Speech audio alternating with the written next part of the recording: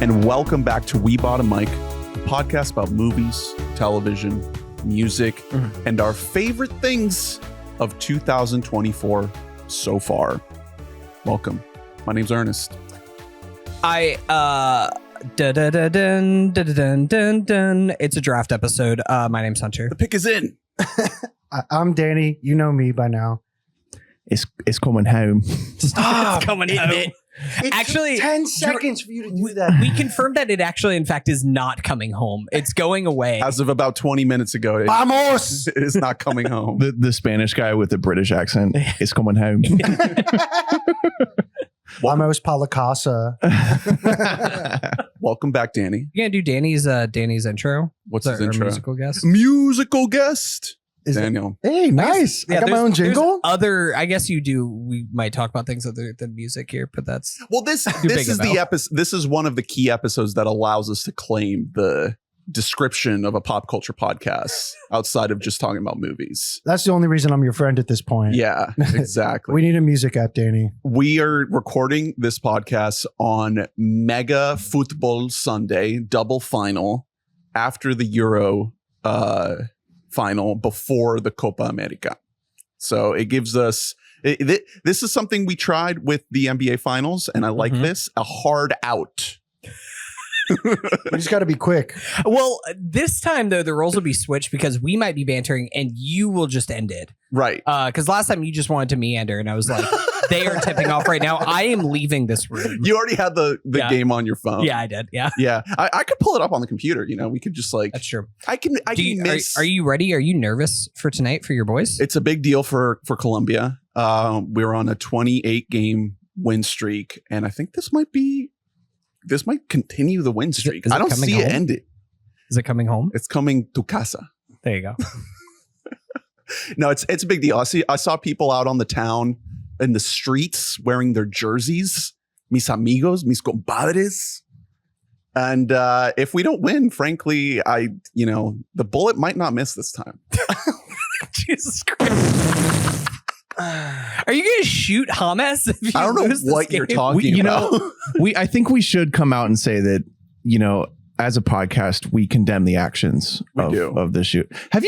The amount of groups that feel the need to insert themselves and put out a statement like that, it's like, brother, you're not involved here. Pod Save America, silent.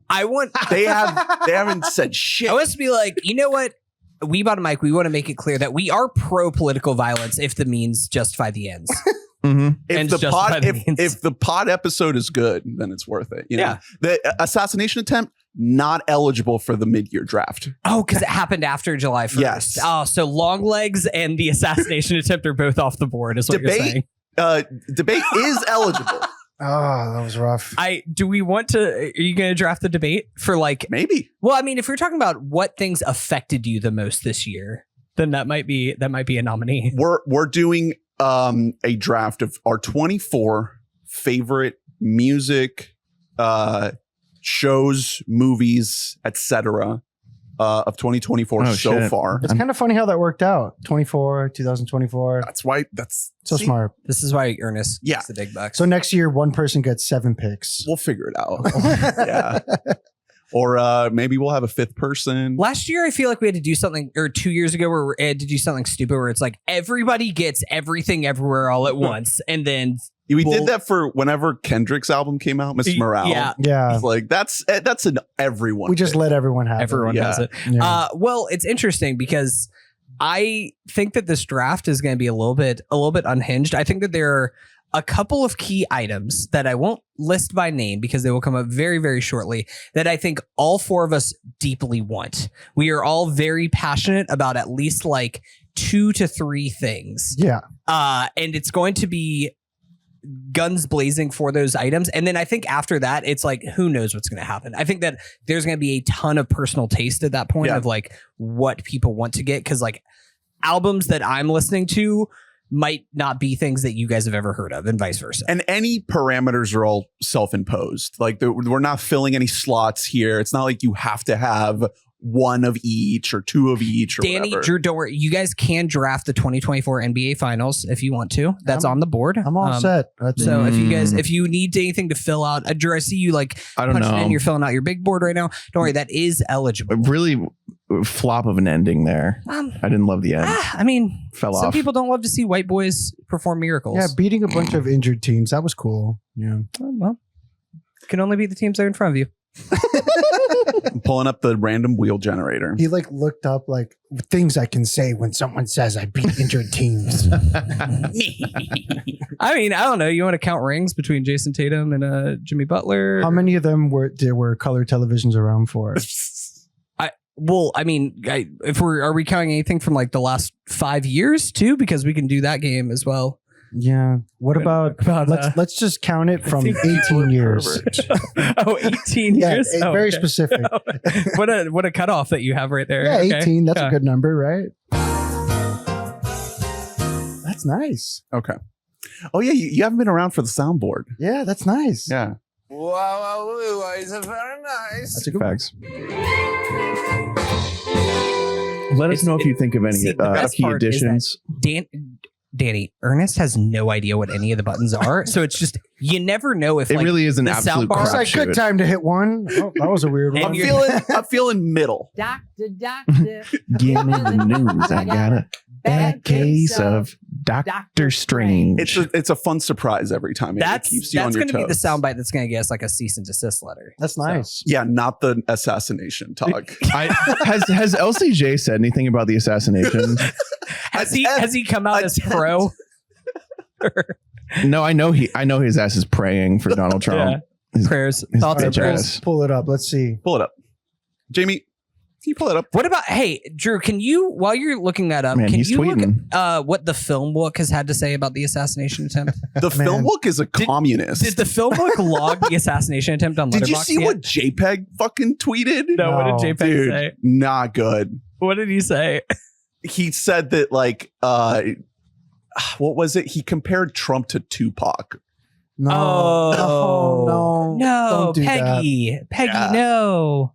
No bueno. We need Kendrick to write a diss track. No. Okay. So I'm gonna spin this wheel Ah. and we'll see who goes first. And then clockwise from there, Maybe I'll spin it again to see. Okay. Okay. Hunter Let's gets the go. first pick. Let's fucking go. All right. Let's see. who We're goes seeing next. which direction. Yeah. We're going left or right. Okay. Yeah. Well, this is awkward. Okay. So Drew. it's going This way. yeah, so it'll be So I go me, second. Danny, Drew, and then you, Ernie. All right. Okay. Closing it. Well, Back to back picks. Yeah. yeah. And then we'll snake. Yeah, we can. Okay. Yeah, we'll snake it. Okay. Make it even. Okay. All right, Hunter. You Take it ready away. to make the first Man, pick? so many options. I go movie, go music. I could go the Haktua girl. Facts. I hate that she's making so much money. Here's already. the thing. I had the opportunity to draft something in our preview draft for the year, and I didn't Hype. because Hype meter. I wanted to leave it for Ernest, and I'm stealing it this time. I'm Oh. taking it this time, and it is Dune Part 2. Okay. I'll allow it. That is like, to this point, we are now in July. That has still been the film event of the year. It's a masterpiece. I think I've seen it 3 times now. I'm going to see it very many more times in my life. It improves upon the original one in every conceivable way. We have talked about it like ad nauseum, so I don't want to repeat ourselves too much for what we said, but it's a movie that just has kind of continued to grow my estimation, especially as the year has shaken out so far.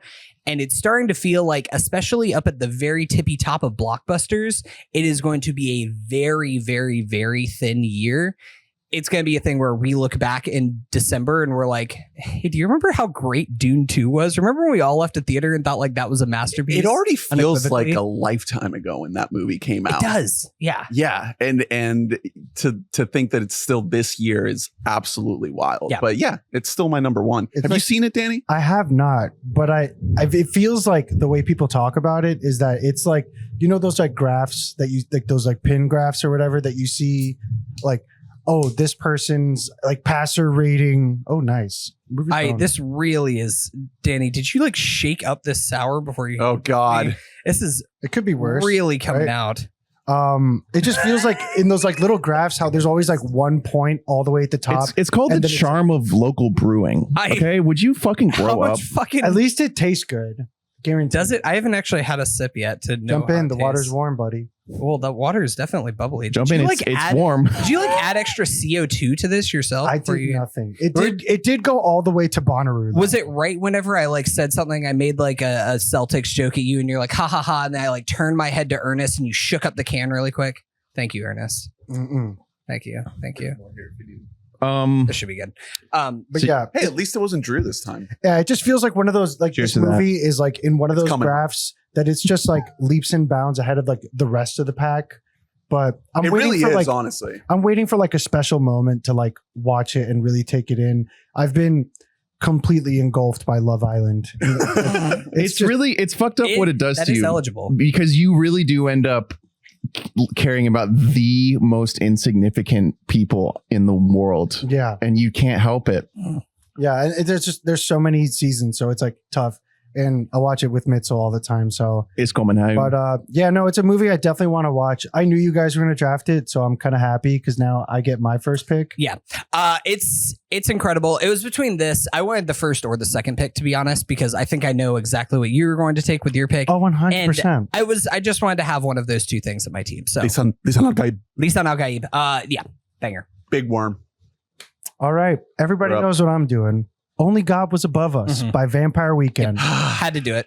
Absolute banger. It was listening to the singles. I was like, it may not be up there, but listening to it as a whole project, my God, Ezra still fucking got it, man. The whole band still got it. It's like the way I kind of describe it is it's like an indie, like classical ballroom kind of like feel. With like still have those like Afro punk kind of like vibe to it. Yeah, because did you remember what Lee called it? No. Jolly Rock. I do savage. often Absolutely savage. She said that derogatory. Parentheses derogatory. That's a slur. I think that guy Ezra, he's a bit of a jolly rocker. It is jolly rock, kind of. That's like if you're going to be mean, but also classical is the best song written this year. That's the best song of the year that I've heard. It is incredible. That whole album is so good. No skippable songs for me. Like not even a little. Yeah, it's like maximalistic. And like you said, it keeps like because it has that like sort of a ballroomy feel, like you said, but the ultimate ballroomy album was Modern Vampires, which is actually my least favorite Vampire Weekend album because it completely, I think, lost the Afro beat type it's thing. Technically incredible, but the vibes are just not quite there. Like Vampire Weekend is all about the vibes, the feeling, right? And so they they can nail the technical proficiency of everything, and that's like a technically tight album, but not to say that Only God is not a technically tight album, but it doesn't come off as like them just trying to do something serious. Yeah, exactly. And it does also come across as a combination of every album they've ever put together. Yeah, like it has techniques from every single piece along the way. It's in the running for like maybe the best vampire, like my favorite. I don't. It's so hard to rank them. It's my number 2. I know. It's so good. They're such an interesting band because I don't know if they have an album that I could truly call a 10. They're never going to make music that like makes me cry or something like that. Not that that's the only criterion, but they are always not just good but great. Like their floor is like an 8, and that's for music especially, that's really rare because they don't miss. Yeah, and that, I mean, even if their ceiling is like maybe a 9.5 in my eyes, like that's crazy. That's absolutely fucking nuts. I do just think like this album, it is something that like it's one of those albums that I had to stop myself from listening to because I was listening to it too much to the point that I was like, I need to listen to other new music. I cannot just only listen to this album because it does have like what you're saying, Drew, like it's bringing in all of these aspects from from all of their prior albums. One of my problems, actually, I agree that Modern Vampires is my least favorite album, but also I think that album, it's both maximalistic and also it is their airiest album. It's the album that sounds the most like it's like trying to capture like we are recording in like an empty an empty room and it has so much space, and I don't really like that sound for them as much. Very I open. didn't think that I liked that sound for them as much until I listened to the way that is used on this album, and I really love how loose some of the songs, especially as you get into the like backer half, the surfer particular, just kind of, it feels also open and looser, but it just there's more momentum behind it than I think in something like Modern Vampires. Yeah. I just also love the way that they kind of are playing homage to themselves. Like there is the whole like Diane Young reference back on the first single that came out, Capricorn. But even like something like Classical, that opening riff, just the first time I heard it, I was like, oh, this is like a play on M79 from their first album. Like that they are just almost like trying to riff on that, like, and the fact that it's about which classicals remain and everything, calling back to themselves. They have this really interesting way of tying into themselves and making music that's not just about like these new poppier songs or whatever, but it's about like their journey as a band. I mean, together. 5th album at this point. Yeah. It's great that they're... It was what 5 years since their last one? It was 6 19. years. Yeah. 2019. Well, Father of the Bride was 19. 19. Yeah. Okay. And it bangs too. I love that album. One of my favorite songs of the year is The Surfer. I think I said this in the group chat at the time, but I like something really clicks in my head about like that song is exactly if Tame Impala, if Kevin Parker was more into McCartney than he is to Lennon. Might be the top 6 like most annoying things I've ever said in my whole life. It tracks. But it is. It's like if you listen to Let 'Em In by Wings, but then like through like way more of like a psychedelic and then also like new. And I love a lot of Wings. I've been getting sort of into Wings this year. McCartney rocks. Yeah. Vampire Weekend, Only God Was Above Us. A lock for best of the year as well. I think, it's like most clearly my number one. Yeah. I agree. It's going to be tough for it to get dethroned. I mean, Yeah. Sabrina Carpenter coming soon, but True. Yeah. You're up. Well, I'm going to take the only movie I can take, Challengers. There you go. Happy for you. Yeah, I'd say near perfect movie. Absolute vibe, moment to moment, so entertaining to watch, really well written, and well directed and well executed on all fronts. And so it's sort of it's really impressive to me that the performances shine through the way they do when there's so much going on stylistically. It would be easy for the movie to just coast on that, but Luca is a great director and he knows how to really zero in on the people at the center of his movies. And so you get such a well-rounded, fun fucking time. Like I really couldn't point to like a major flaw the movie has. I think it's incredible. Bisexual representation in cinema. Yep. Maybe that is the flaw. You're right. It's coming home. It's coming home. it's coming home. It's coming home. It's, man, Challengers is a movie. I've only seen it the one time. I really want to rewatch it. I'll definitely will before we do like our year-end pod, but it is still just, it sits really well with you. Shout out to Atticus and Ross. Yeah. That score. Atticus and Ross. Trent Reznor and Atticus Ross. That score beats. I still put that score on like while I'm like working or doing things around the house and stuff like that. Just this fucking pulsating, feels like you were just in a discotheque. Bangs. Great pick. Banger. All right. I have to be very strategic. You got a back to back here because you're not you gotta picking for a win. while. All 3 of the picks so far hurt me. I'm more hurt right now than the English who just lost the Euro Cup. Yeah. I hurt. My feelings matter more Mhm. than the entire nation of Well, England. they don't have feelings over there. Okay. I think that we broke those back in coming home. 1776. So in terms of like things I think you guys are going to want, I think one of my picks has to be an album.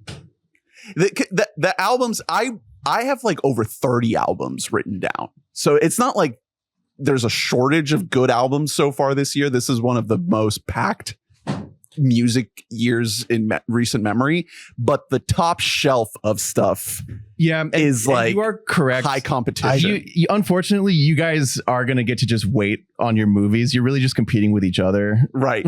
I'm truly out of movies. And it's funny because a lot of the movies that I want to get, I'm just like, I don't know if Ernest has seen that, or if Ernest this resonated with him in the same way. So Exactly. I think It's all with like personal music, at this point. you won't be competing with me too much because like the rest of like my must-haves, you got the one you wanted. Right? I don't think you guys really want to listen to a lot. Okay. I think maybe one of them. Yeah. Well, I'm not gonna like a My Morning Jacket album that came out this year or something. No album this year. I'm not gonna risk it. I'm taking Brat. Nice. Charli XCX. Yeah, no competition here. Have it. Holy shit. You're too old. You can't like hear the frequencies. I You're mean, like a dog. It is so. one point before you begin. There's so many like powerful women that like released really good albums this year. Yeah. Like there's a lot. That's a pop girl summer. It is. It's Pop Girl Summer. Even pop rock summer. This album is such a masterpiece of not just pop, but like dance electronica. I've been a fan of Charli XCX. I've enjoyed the most recent stuff, but not as much as this album. Like just going back through her recent discography, Crash I thought was good. How I'm Feeling Now I thought was great. And Charli I know got a lot of acclaim 2019, but I didn't really vibe with that one too much. And then I think Pop 2 is her debut, right? Yeah. Oh no, there's some before then. Some before then, but that was like her first like big coming out. Yeah. This to me is by far like the most successful thing she's ever made. It is every single song is a fucking banger. And when I put this on in the car, I have to crank up the volume and just dance in the seat while I'm driving and almost crash because it's that good. It's infectious. Yeah. It is absolutely infectious. The sound of it is unlike any other album I've heard this year. Yeah, where the you production's crazy. Yeah, you can just hear all these crazy details. It never gets overblown. It never gets crowded. You can always pick out every little choice in the mix. And there's just an incredible energy to it. I just think that the biggest win of this album is making music that's catchy, dancey, and interesting all rolled into one. Yeah. It doesn't feel simple. And it feels incredibly thought out. I would call it like fully realized, like as far as her sound goes. This is like the fullest version of her that I've heard, because she's always gonna like, I'm sure that she'll like sway back toward being less like electronically abrasive like this album is. Like this album is so synth heavy in a good way, and I bet you she'll like sway back the other way because that's just how music goes. And put out something like, like I think 1999 came out like 5 years ago, and that's just like an unreal fucking pop song. Like it's one of my favorite pop songs of the last decade. But this sounds like the truest to her music that I've heard. Yeah. Like it's so good. See, I think you guys are right. This is the most well-realized version of her. And I don't know what it is that I really love this album. It's in my top albums of the year, but I haven't connected with it yet as much as I have with How I Feel Straight men. So much. I know that's my problem. That's my problem right now. No, I do really love this album. It's continued to grow on me more and more, but I love How I'm Feeling Now and Crash so much, especially How I'm Feeling Now, like so much. Those are some of my favorite albums of the 2020s since we've gotten so far. And Brat, I think because it is like I don't want to say like it's so dramatically different, because it isn't. Like she was always going in this direction, but it wasn't necessarily what I was originally like picking from her that I really was drawn to. But with that being said, I still love it. Von Dutch is one of my favorite songs of the year. That is one of those songs that I want to like fucking crank up to 100 and then just like haul ass down I-4 as soon as I'm listening to it. She really has the ability to put out like certain songs you wouldn't have to make many tweaks to that song, and that song could have come out in the last 25 years, like anytime. Yeah. Like the hook is just like, no one's done that. No one's done, I'm your number one. Like, that's too easy, bro. Dude, that synth line that was where's so everyone? good. We've been sleeping on the most, it's two notes. It's also it's such a like simple synth line too, but that shit just fucking beats the production. Exactly. It's just so goddamn good. I talk about that a lot with like really great music. It's like, how did she find that just sitting there? Right. It's absolutely nuts. Yeah, it's great. I really like a lot. Like, I've been kind of like listening to it the more that I listen to it for like lyrics and stuff like that she has, and like really love the song second to last song. I think about it all the time. That's just like it sticks out on the album because it's so much more pared down compared to the heavy electronic sound that you're getting, where it's just something about just like, I'm making all these songs about like being in clubs and doing cocaine nonstop, and I'm going to end the album with one of those songs too. But like, also like, should I think about being a parent? Like, does any of this matter in like home. The grand scheme of everything? It's coming home. It's coming home. It's coming home. England's own. Shout out to London. Yeah, no, it's an incredible album. I wish you talk, wish you talk to me. All right, so you get another pick, right? I will say that, like, of all the pop that's released this year, this is like the one that I actually kind of enjoy. Like, it's a step away from 100 gex. Yeah, it's like really close. I think that's what kept me from it. That's what kept me from it. Right, and the color scheme too, like very Gexy. You know. Dude, are you guys pro or anti the album art? The green, dude. Well, let's go. I love it. I don't like that she got rid of her album arts for other things. That pisses me off. I hope that's not permanent. Yeah. I don't think so. Yeah, it never is. Well, it's so confusing sometimes to be a girl. All right, what's your next one? So we don't have to talk much about it. You're going to take Sausage Party the show on Amazon. It is out. Wait, actually, I think it came out after July 1st. I watched the trailer for it like 7 times. It looks so bad.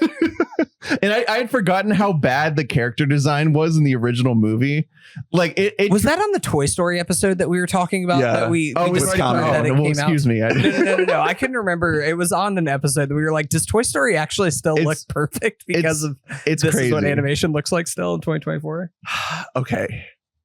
So I took Brat. You got to think about what we're going to take. I think I got to take another album. No.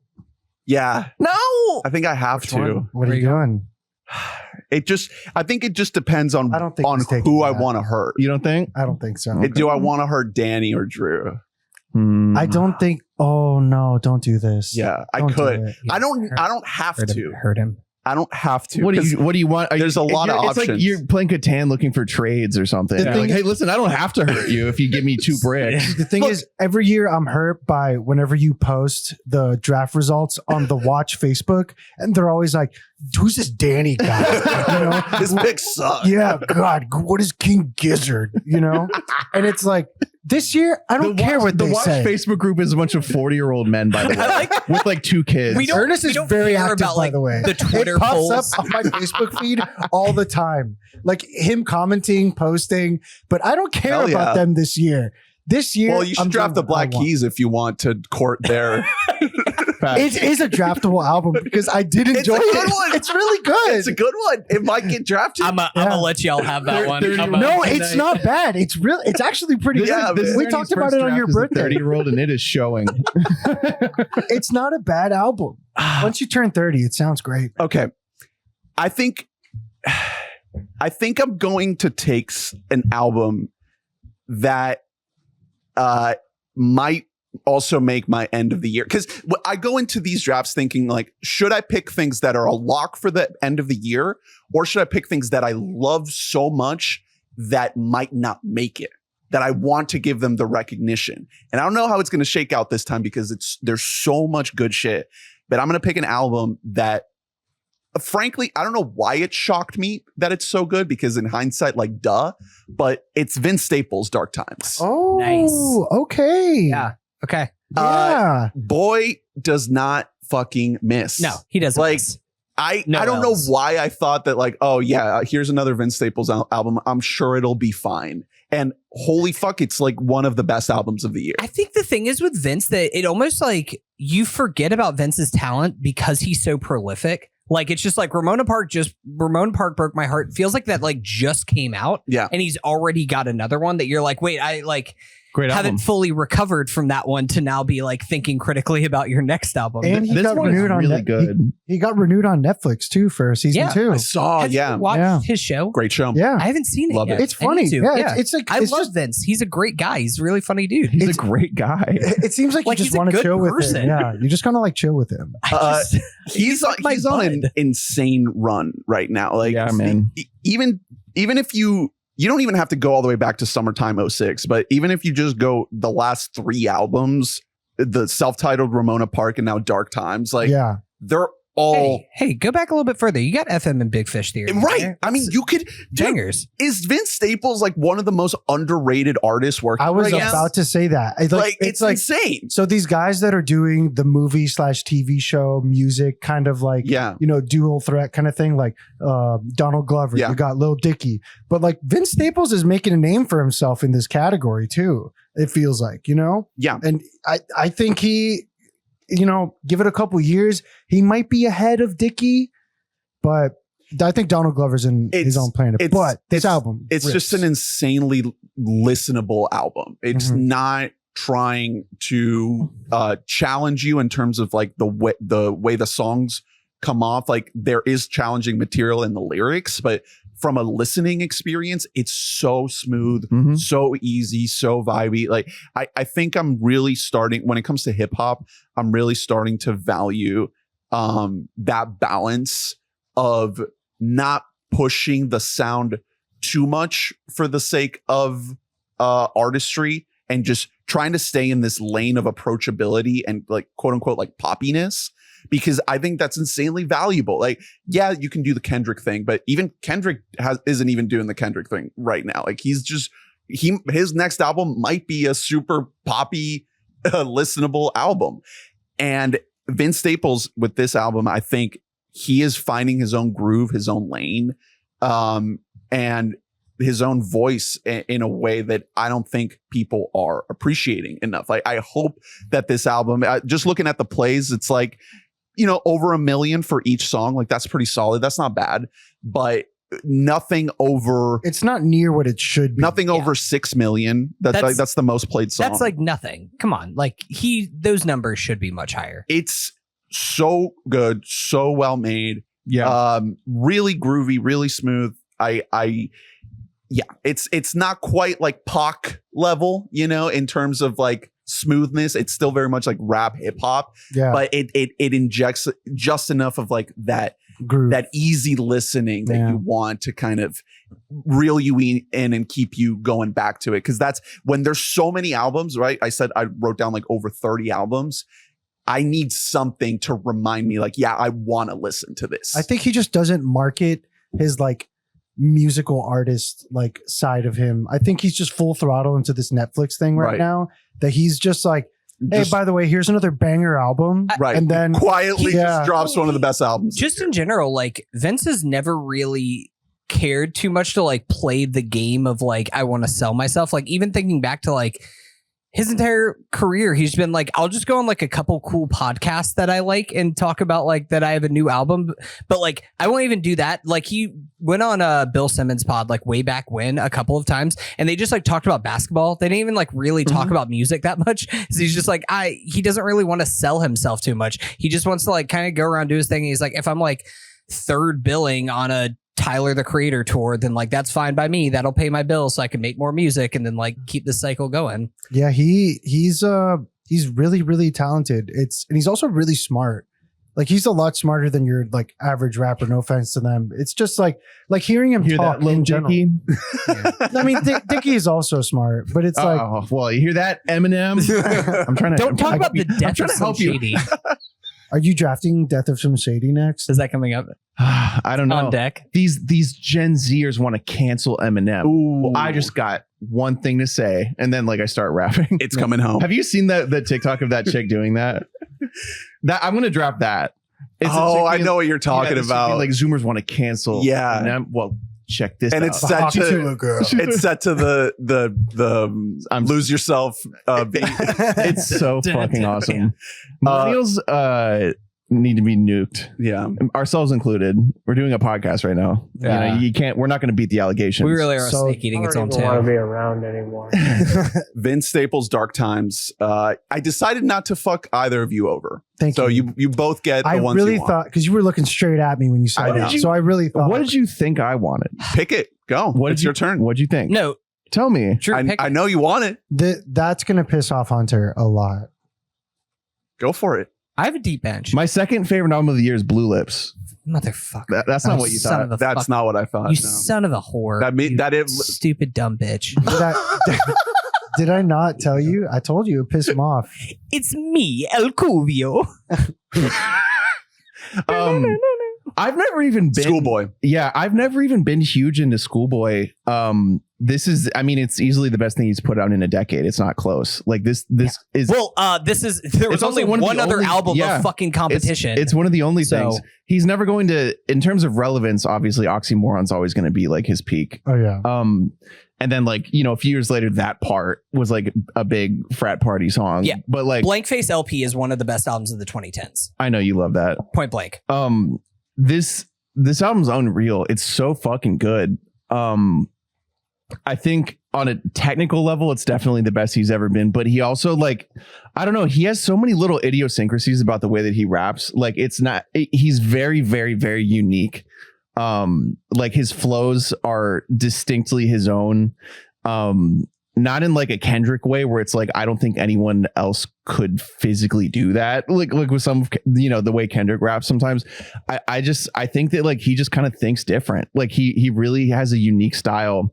And the beats in this album are all over the place, like stylistically, but they all work together in a really weird way.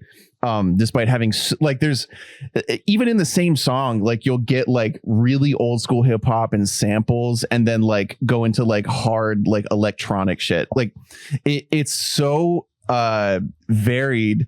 And I think the thing that keeps it together is him on top of it, because like he's done each of those things across his career, and his voice just works on top of a lot of different types of beats in a way that not a lot of some rappers just need the type of beat that they're good at. And so the result is just absolutely all over the place. And I think it's like a nearly perfect album. Like it really is like it. I was absolutely shocked. And shocked like at how much I wanted to come back to it. But the first time I put it on, I was like, wait, where have you been? It's a meaty one too. Dude. It's like almost an hour. It's I think it's over an hour. Just under 56 minutes. Yeah. I fucking love Schoolboy Q. I've loved Q for like a really long time. Wife of the podcast, Gaia, like that. This is like her like favorite rapper is Schoolboy Q, Nice. and I really loved Blank Face LP whenever it came out. But it was like with being with her, like I've listened to even more Q in the time. Obviously, not a lot of stuff recently because this is his first album in 5 years. But yeah, no, you're totally right. His voice and his inflection is just really, really timeless in this unique way that like he feels like he could be a successful rapper at any point in history in a way that I don't really think that you can say that for a lot of contemporary artists. One thing I love that he does is he'll just hold on one, like rhyming one rhyme, and the cadence of it, so it's just like an a rhyme scheme, and like the cadence of it, his favorite cadence to do is like yeah. It's funny. I was literally just thinking of Urine. Yeah, Urine 101. That's like, there are like 7 songs on this album that sound like that. Bitch, like he loves doing that, and he's so good at it. And it's like a cheat code almost, because like it shouldn't work that well over and over and over. But I mean, he did that in Oxymoron a lot too. That exact same cadence. It's incredible. It's so good. I really love it. It reminds me a lot of like whenever I first started like getting really into hip hop and like going to like DatPiff and like listening to like mixtapes and stuff like that from there. Like that's honestly kind of what the sound of this album in particular reminds me of. Obviously, this is dramatically more well produced and put together than a lot of the albums that you would find on there, but it's so good. I'm gonna stack my hose like Ohio. Nice. Shout out to the Pop Out Ken and Friends. Yeah. Schoolboy on stage. That's eligible. the film, the stream? It's eligible. Oh, Shout out to the song movie featuring As Chique. That's a great song. Yeah. Maybe think about Put a me name in a change. movie. You see the name, you think As Cheek. You can't help it. Freddie Gibbs is on this album too, right? He's on Yeah, it. Freddie Gibbs is on Absol Ohio. is back. Yeah. Faux. We Yeah. missed you. Um, Let me put my mouth Devin where you Malik. potty boo. Remember that? what a comeback. never forget that. That's what Absol's known for. Rico Nasty on Pop is great. Yeah. Yeah. Yeah, he's been in his lane, Yeah. being rich, having kids. It's one of those things you can really like. You listen to something like this, and you do hear like the potential of like why. Whenever like TDE originally started, he was going to be the golden boy, not Kendrick, and then Kendrick kind of like took that mantle because Kendrick was like that nerdy ass school shooter type kid. Yeah, it's like and then he got I'm gonna take and then he this. got Riz. Yeah. Schoolboy. I think that for a good while he had like a serious Xanax problem. If I remember correctly, there was sort of an I was article clean about now. it. And I remember, like, I read it was like a New Yorker style like piece on him, and it sort of downplayed that.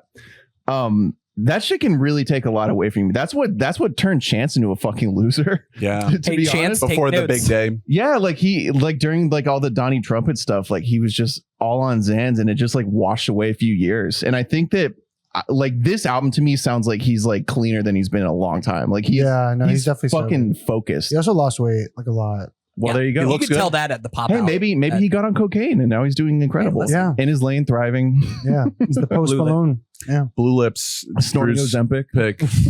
Danny, you're up. So I'm not sure if I'm allowed to draft this, but you kind of mentioned it. I want to draft the Kendrick versus Drake beef. Yeah, you can have it. The whole thing. The Here's whole the thing. I would have taken it. I have that on my board. The today, so I'm Kendrick glad that versus you- Drake beef. It's one of the best things of So the year. this includes you're taking every song. I'm taking that went every back and song. I'm forth. taking Wow. the pop out. First time the Drake pop has been out, drafted. the music video. I'm taking it all. Like that's what I mean by the whole shebang. Okay. You know, No. All right. awesome. Did you know that was eligible to be drafted? Or were you Yes, just gonna it was. hope and- It was okay. the two things I wanted specifically were Vampire Weekend and the Kendrick versus Well, Drake. you don't get the music video because that one came out after July 1st. Okay. Did it? Yeah. Ah, But you do I get mean, it's fine. you do get the pop out. It's Yeah. fine. It's fine. It You was just. still get all of like Twitter and the world kind of turning against Drake. It in was so the most big beautiful way. for hip hop. It was such a big moment to see a legitimate like beef. Yeah. Go like these guys hate each other. Titanic. Like- Seismic. They hate each other, and the shots they took at each other. Mhm. Like Kendrick beats his wife, and Drake with a pedophile. Like the whole thing is just A minor. yeah. Having a bunch of kids I out mean, there running just- around. Continue like running with what Pusha T started, which you should have just ended it after Story of the D-Don. Like that was kind of your end. Just like was that stop it like there. wasn't it like 7 years ago? Was it that long ago? It was right around, maybe it was 2018. So it might have been 6 years ago. Cause I think it was right around 18, yeah. Yeah.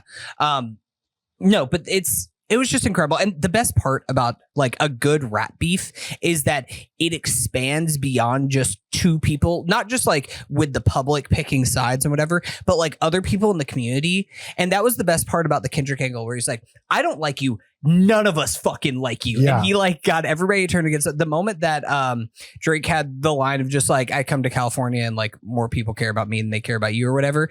And then Kendrick had to put on a whole fucking show on Juneteenth and bring out like everybody DeMar DeRozan, Russell Westbrook. to all stand up on stage and dance on fucking Drake's So- grave. I have two big thoughts on this. Like, number one, it feels like these are feelings that the community has had about Drake for a long time that nobody could act on because Drake was so big. He was so Powerful. successful. And the only person that could have done this was Kendrick. Like nobody else, even Pusha. Like Pusha took a big chunk out of Drake's fame, but Drake was still Drake. Like it didn't kill his career. The thing is, Drake was bigger than Kendrick before this all started, I think. I don't know, man. Kendrick Dude, is Drake has his own shoes. He has his Yes. own brand. Like, Drake is still a bigger like global phenom than Yeah. Kendrick. But I think one of the points though that like ties into what you're saying is I don't think that this beef, what happened with the way that things fell, would not have happened the same way if this would have happened 7-8 years ago, whenever Drake is still at his pinnacle. The problem is Drake hasn't released a good album. They're an album that even like the masses have loved in like 6 or 7 years at this point. This is the only way for him to recover is to put out a good pop album. Right. He hasn't in a long time. He hasn't put one out in a really long time. And I think that Yeah. that's also the reason why he was so vulnerable. Right. Exactly. I think that's the thing is timing. Mm-hmm. Timing, right? It's not just who did it, but it's when he did it. Because Kendrick theoretically has had this intel for a long time, right? And to act on it, to choose to not act on it is like its own moral question that's like maybe beside the point. But my other thought is just talking to my wife about it. Like, she's kind of mad at Kendrick right now. Wow. Because she thinks that he is pushing it too far, that this is the type of behavior that got Tupac killed. She thinks that the Biggie Tupac beef led to both of their deaths, and that this kind of shit leads to violence and leads to bad shit happening. I think that even if people have that opinion, the whole point of Kendrick invoking the legacy of Tupac is to build on that sentiment. The idea that Tupac was killed because of behavior like this, and that now things have changed. It's not the same anymore, right? And Kendrick and Drake are not Biggie and Tupac. It's different, right? These are millionaires, right? Like, they're operating at a different level. Drake's career is not over. It took a big dent, but it's not exactly the same. But did it is kind of one of the things too that I wonder, like, does just like your average person, like, we are all very online and very plugged into music more than like most people. I think at the end of the day, if Drake comes out and he releases like a banger pop album, then most people aren't going to care. Like, most people are going to listen to it and they're not going to be like, I won't listen to music by that man. Right. He has bastard children and he might Kelly be a pedophile. still gets fucking radio play. Exactly. So like it's more of a fun thing. Like, it's fun and engaging for us. And like, it was a win for like the rap community in that way, that like he's not going to be getting as many verses on it or as many features on his next album and stuff like that. But like, I don't think that this is going to kill Drake by any means. I think that's a little bit of overkill. Yeah. It's, Drake be killing himself. It's really career. So I went to a Chris Brown concert last night because my girlfriend. Oh, sick! I know. Oh shit! Nice. Cool. The one in Miami. Right? Yeah, it was cool. Yeah. No, not in Miami. Why would I ever drive that far? My girlfriend got free tickets to it. Like in a suite. Had to do it. Yeah. It was one of the pods. It was one of those. Yeah, and it's one of those things where like a few years ago, I didn't realize that people were still listening to that guy. Like, until I used to like. My car used to take a minute to boot up Bluetooth, and every time I turned on FM, he was still there, and I was like, "Y'all didn't hear about Chris?" FM did not hear about Chris. No. Turns out he's just still around, absolutely kicking. He has insane amounts of hits and plays, like over 1 billion on songs that have come out in the last couple of years. Yeah. He had a big single that came out last year. I think the album, I don't know if it came out in the beginning of this year, end of last year, or something like that had like 1 or 2 songs that I was like, oh, this is like a catchy rap pop song. So it speaks to twofold. Number one, if you keep putting out good songs, no one will care. Yeah. Number two, there was a DJ playing beforehand who was getting people honestly more hype than Chris Brown did. Great DJ. He played Not Like Us. Everyone went absolutely insane. Then when Chris Brown comes out, he plays songs that have Drake as like the chorus, and like, you're hearing Drake sing the chorus because they have features together. Everyone's singing along just exactly the same. I think ultimately you're right. If Drake puts out good music, people are going to absorb it. No one's going to care. It'll be fine. Yeah. If it gets bad though, or I think that the other thing, I think it's too late for him to respond now at this point. What would have been worse is if Drake continued this going, because there is no winning. And this, I think, Not Like Us comes out, and then that is just like that's the death note. He got fucking mollywopped. That like you could not come back for that. And I'm still surprised. It was smart by him to just kind of like take his ball and go home at that point, because you guys just know. Well, he tried. He did Heart Part 6. Yeah, he actually put something out, and then like everyone was like, all right, well, that's it. Yeah, that was the end. I just remembered I think I was telling Joey about this, and I was like, yeah, Drake and Kendrick are beefing. Then he released this song, and then he released this song, and Drake released, like and Euphoria, Family Matters, back to back. While I was telling him about this, Kendrick had dropped another song, and I was like, what is going on? What the timeline was, because it was Euphoria, it was it Family Matters, and then Kendrick dropped like 2 or 3 songs in a row, concluding with Not Like Us, and it was like, it's over now. It was Meet the Grams, and then Not Like Us just became dude, Meet the Grams is nasty. Yeah. Meet the Grams is that's like a no dark one song. likes. Yeah, like you should. It's like talking to every member of his family. That's when I was like, okay, Kendrick, this is too far. And then Not Like Us, he just the A minor thing is just gonna ring in heads for the rest of the year. I'm still shocked that song is as big as it is. Yeah. Incredible song. The fact that it has like 500 million plays on Spotify. Yeah. It's because it's so catchy, but also it still has Meet the Grams is funny because I think Euphoria and Meet the Grams are both like banger Kendrick songs. Like that's what you want as like a Kendrick fan. But Meet the Grams, or Not Like Us, does the thing where it's like the pop Kendrick thing, where he's still making something that like the mass audiences can sing. They can all go A minor, but also there's still Kendrick bars in there that are just absolutely incredible. I'm fixing to pass on this body like John Stockton is like, assist John Stockton, NBA leader assist.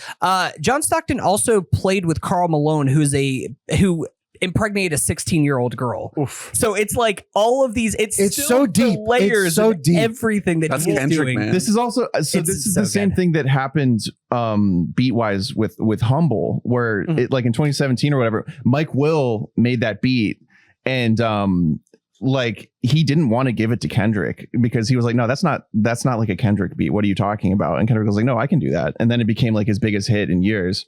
This is a fucking DJ Mustard beat, dude. Mustard on the. This is DJ the best thing to ever happen Kendrick Lamar. Like that's Mustard. Not a thing, but he can take these beats and like do something on them. So the Wikipedia article for this beef is hilarious because it's so long. It's crazy how much info is on here.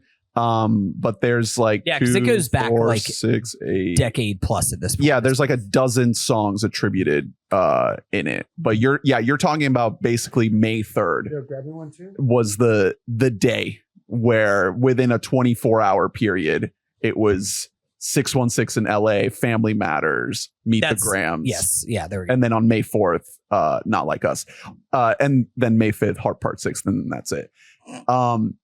I need to make sure if you're out there and you haven't seen the Pop Out, which is the concert that Kendrick held in LA, check it out. It was incredible. Him bringing out Dr. Dre to say, shh, I see dead people. Well, first to do fucking Tupac and then go into I see dead people. Incredible. And then brings out fucking opposing gang members to go out and like essentially hold hands on stage in a truce. Like I said, the whole thing is nuts. This is an incredible pick by you because this is probably my favorite moment of 2024. And I think like this is kind of going to be like one of the defining moments of the year. Is like I remember where I was when I saw them start Not Like Us a 5th time.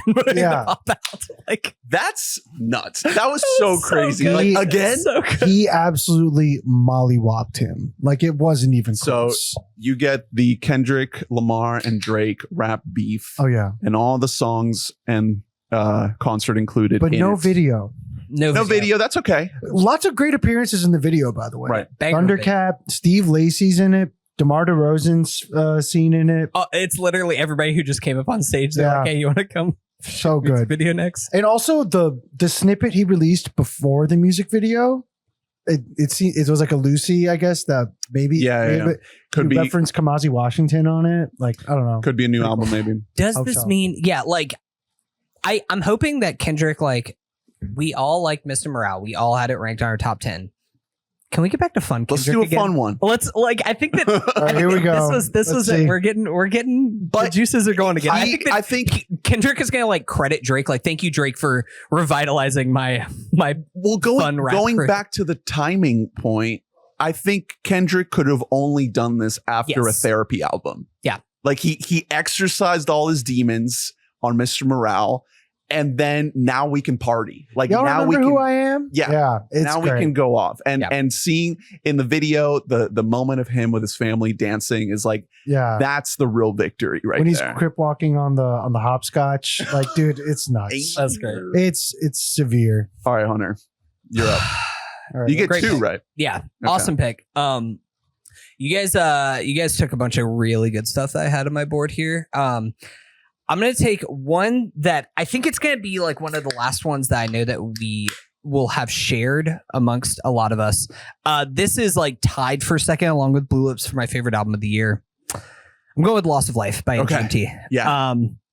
This was the one I thought I was Drew really was gonna worried get. that one of the two of you It's a great guys were gonna album. take It really is. Um, It's like my third or fourth. This album is like, it's fantastic. It's doing the same thing already that Little Dark Age did, where it's just like growing by the day. Because same thing with Little Dark Age, you listen to it, it's like this is really weird, and this is even weirder than Little Dark Age. Yeah, it's a weird one. It's very dark. It's very like ethereal in a way that MGMT has a tendency to do sometimes. I think it's very intentionally a little bit less accessible to the same thing they did with their they always 2 albums. zag. Yeah, they always do. You know, They're like, wait, we got too many people coming to our concerts now. Go We gotta away. stop that. But I think that like, especially the way that the album starts with Mother Nature and Dancing in Babylon, again, 2 of my favorite songs of the year. And both of those are just very accessible songs, very dancey, very lively.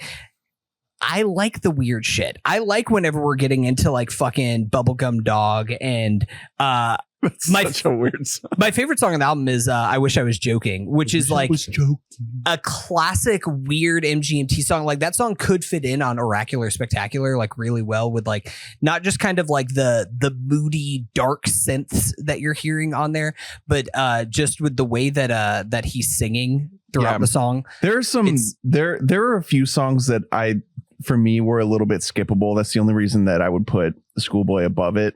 But man, when they're hitting, they're just still hitting. I'm really glad that like I took it in our beginning of year draft when we just had the singles to base it off. They're still around, man. They still got it. It just goes to show, I think you can do an unlimited amount of psychedelics and be just fine. Right. You know? Chance, doesn't fuck you Chance, up that are you much. listening? Yeah. Chance, you can have an unlimited amount of divorces and take an unlimited amount of psychedelics. And you can still make good music.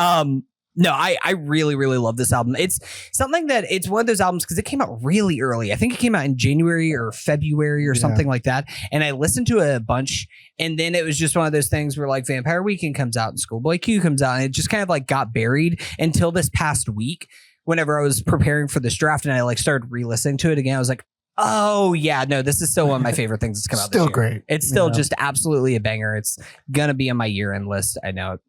Loss of Life. Loss of Life. You got another MGMT. pick. This is where I'm like a little bit of like, do I go for what's something that's my favorite or do I try and play a little bit of defense here? Let's see. I have a movie. I have an album. I think I might go in the TV space here. I'm between 2 things. And I don't really know. Here's the thing is I think that at least one, if not both of these will be gone by the time it gets back around to me. I'm going to take something that was like, it might not be technically the best thing on TV this year, but it was the thing that gave me the most joy this year. And that is Fallout on Amazon Prime.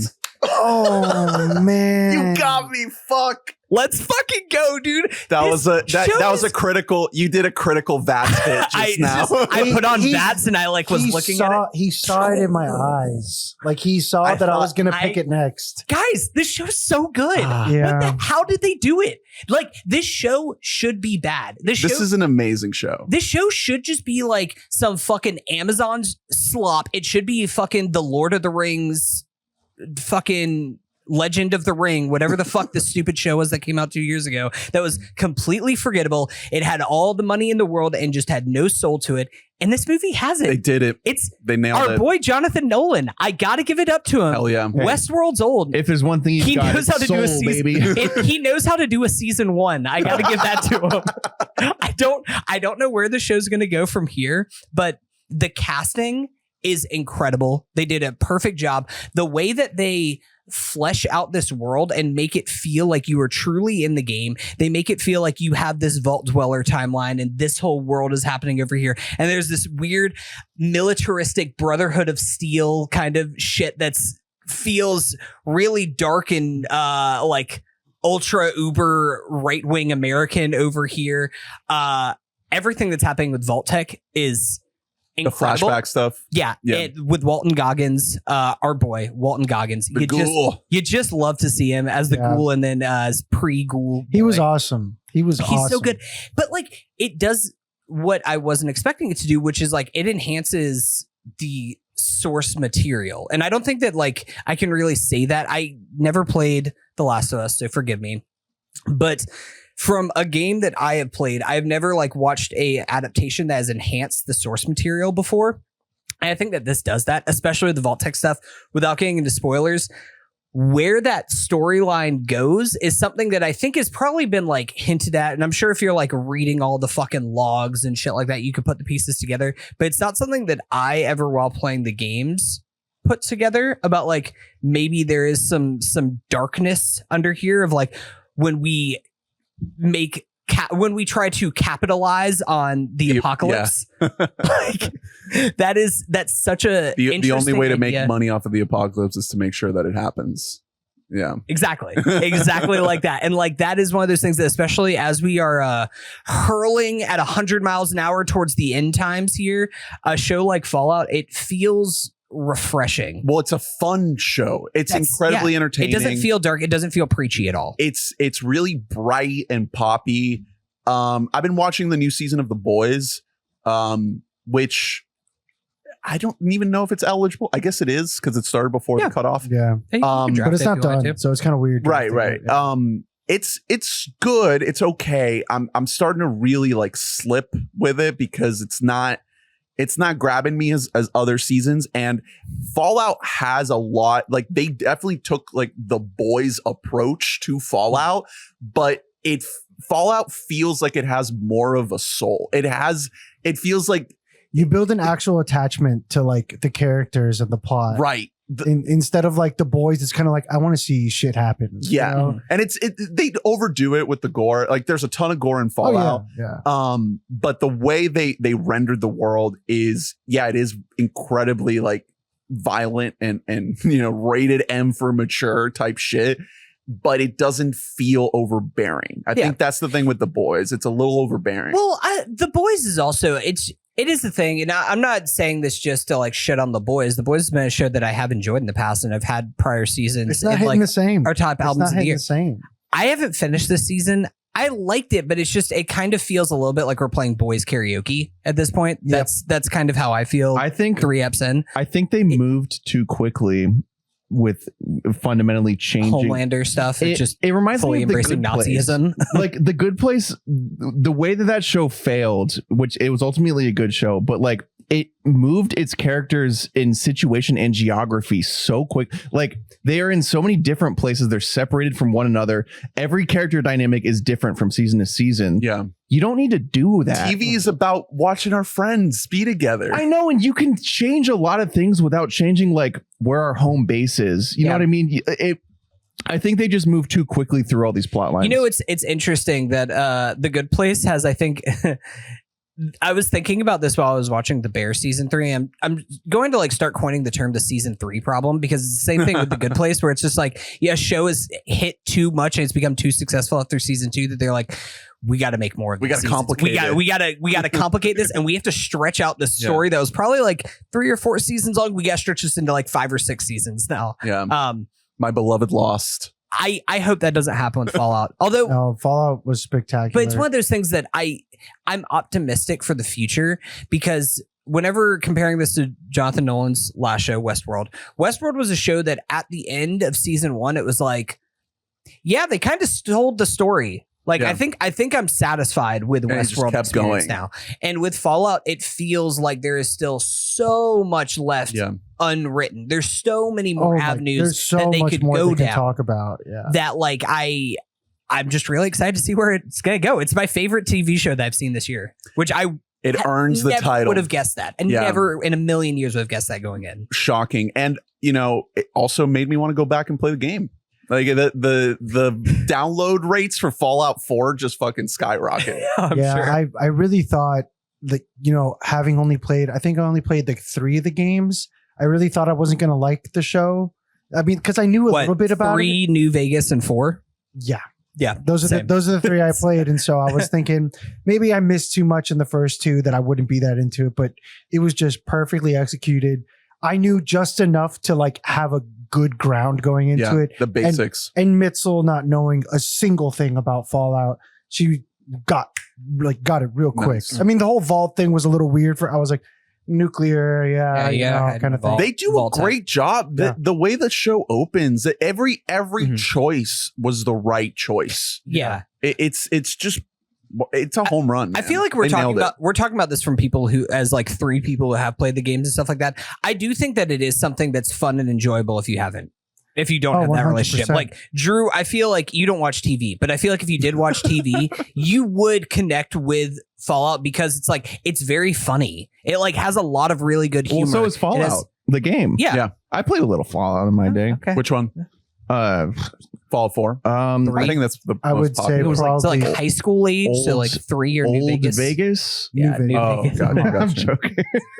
You just went to Vegas and like played on a slot machine. I think this was one of the 2 or 3 shows I thought I would draft. And Sorry, took it. I mean, the Drake and Kendrick beef was just too much for me. No, you had to take it. Yeah, amazing choice. So your 2 picks were MGMT and Fallout. Yeah, so Great. I've got a movie, a TV, and an album. All right, Danny, you're up. What you got? Realistically, I don't think there's anything else you guys would take. That's from me. kind of where I was at. There's like 1 or 2 more like TV or movie things, but otherwise, I'm feeling pretty good. There might be some music overlap. I don't know. I think people are perverts. Yeah. I'm gonna go ahead and get the only thing I think that has the possibility of being taken, and it is the Champions League 2024, the playoffs. UEFA? Euro Cup? Yeah. You don't get all the games that have happened since July 1st. I'm talking about the once they got out of group play, the Champions League, not Euro. Oh yeah, you're talking about Champions Copa. League. Yeah. Not Copa. No. Champions. He's talking about club. Yeah. Not club international. football. Yeah. Yeah. Okay. That was just an amazing watch. What's your international team? You're Real, right? Real Madrid. Yep. Yeah, okay. Of course. Well, sure, I took the Hunter route on this one. Cool. Okay. The ones that have the most championships just jump right in. Yeah, there you go. Okay. I originally started liking Real Madrid. Feels good to like have a team that wins sometimes, unlike your boys. So you got to pick. Anyway, so soccer, right? I originally started liking them because my friend was a Barcelona fan and it kind of annoyed me. I was like, soccer sucks. And then you just watch just enough that you get into it. Yeah. I think as far as the whole storyline of the whole Champions League, how you had, teams like, Dortmund making it to the end, and you had Toni Kroos playing his last, his last club match ever, winning it in the final. Teams coming back from behind, teams you never expected to make it. The playoffs in general were just phenomenal. But yeah, I'm drafting Champions League 2024. I know you guys aren't big soccer. You don't watch club, do you? No. My dad is super into it. Does your dad have a team? He's like really I think he loves Real Madrid. Yeah. Like I really think he's They're all the way. La Liga, yeah. Yeah. La Liga's a lot of fun to watch. See, the thing is, I don't really have a club. And I think I want to watch more Premier League. I watch some Premier League, stuff like that Saturday mornings. And I enjoy it, but I'm not drawn to a team. have like cheered for Liverpool sometimes. I've cheered for Tottenham in the past because they're like Those are two really solid. They're perennial losers. They're like perennial bronze medalists. It's a little tough, especially because there's no cap in soccer. So it's No like, it's just there's always going to be like Manchester City is just always going to spend the most amount of money. they have and so oil they're money, gonna- so they just throw it. Yeah. Like crazy. But so many still, money. Real Madrid ended up beating Man City to get into the next round. Like stuff like that. I was cheering for Real Madrid in that way. I mean, it's like a battle of like who has which billionaires want to throw around the most money and everything. So I think that's why, like with club soccer, I feel like especially for Americans, it's harder for a lot of people to latch onto it because we're so used to like we have to even the playing field. The Dolphins have to have as much money as the Cleveland Browns, so it's an even side. And like that's not really the way that international sports work. International sports is like if you want to keep some money, fucking go for it, dude. Like you want to pay for championships, you can. But I mean, I don't like that about it. But the thing about Champions League is it's all the best teams competing. Next Champions to each League other. is the best. Yeah. Are you pro Super League or are you anti Super League? I'm anti. Okay. Yeah. I think it's a little much. I think I'm pro because then it would give me one thing to watch. Yeah. It just brings in the best teams in every single league of La Liga, Premier League. I don't want to watch the lower tier soccer teams die. Just because it's like if you watch those stadiums, even the shittiest teams have the craziest turnouts. Yeah. Like it's just like if those teams don't continue to get more money, because if Real Madrid and Man City and all these other teams keep getting more money, it's just more fans, bigger stadium, better players. And then you don't have these good players on those small teams that make it to the, Copa, and they don't make it to like and you don't have a thing like you had with Leicester a few years ago, where Leicester FC the was most just underdog story. They were literally relegated like 3 years prior or something like that, and then they won the Premier League, which is still like one of the most insane things to ever happen. Eat your heart out, Ted Lasso. With Super League, we would have never had Ted Lasso. Wow. Think about that.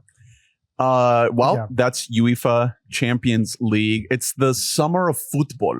Yeah. So glad you drafted this. Yeah. It's coming home. It's coming home. Yeah. It's coming home. I'm coming home. So go for it. Yeah, but it's so for me, it's so like semi-final and finals weighted.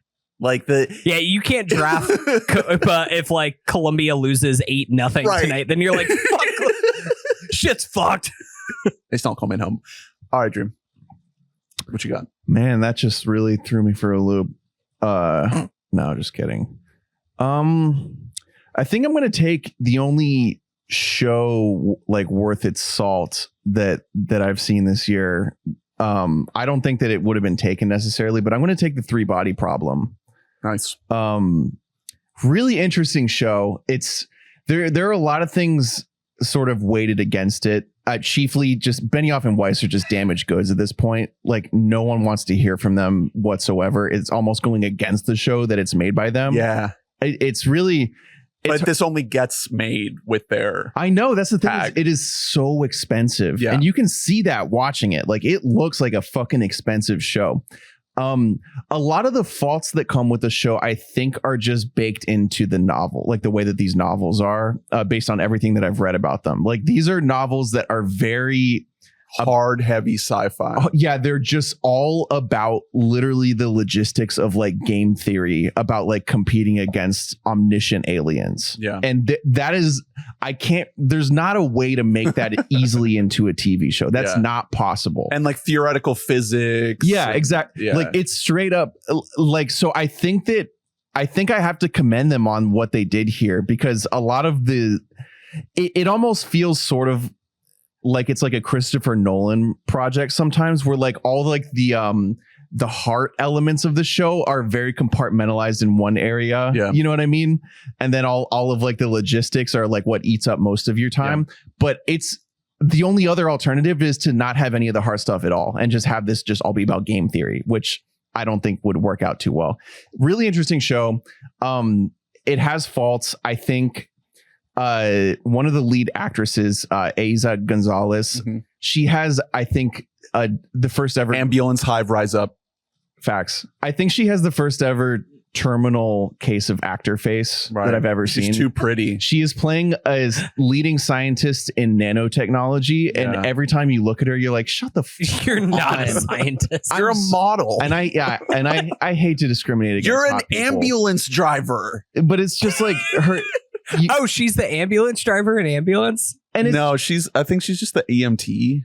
I think she drives That's it. right. She's the person who's in the backseat helping. Right. Yeah, it's tough. I know that things are going against you when you're like that, and you just have that giant fucking angular head. Yeah. You know what I mean? You're But so like, hot. and no, it's not even that. It's just like every line she reads, I'm not buying. Right. I think it's a miscasting. I think it really is.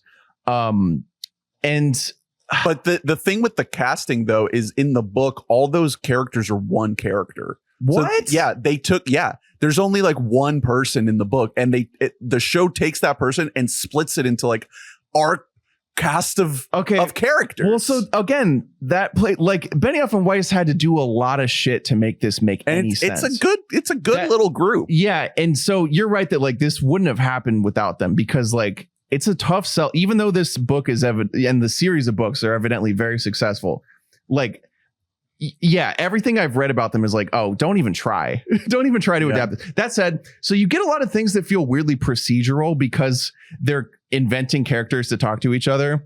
And sometimes it really does feel like you're watching like a CSI, because there are a lot of like technology MacGuffins going on, the nanotech shit. Like, you know what I mean? They feel the need to explain it when it's like, I know it's all bullshit. Like, you don't need to. You do get the boat slicing. Well, so that's what I was going to say is every now and then you get moments that are really transcendental. Yeah. That sequence is so good. It's one of the best things I've seen this year. And I don't want to spoil it at all, but you get stretches of phenomenal TV in this show. You also get stretches of, I would say, like 6 to 7 out of 10 TV. Yeah, that's the thing. Yeah. I mean, the Netflixification of it, I think, works in its favor, because they dump this thing in a binge, and I binge the shit out of it. Like every episode, you just want to keep going and going, even though you're kind of sitting there being like, this is a little mid. Yeah, you're I like, can't keep my eyes off of it. It's mid, but it's at least it's not just like a consistent 7. It's like a 5 and then a 10 and then a 5 and then a 10. Right. You know? I've been slopped. Exactly. Yeah. Like I would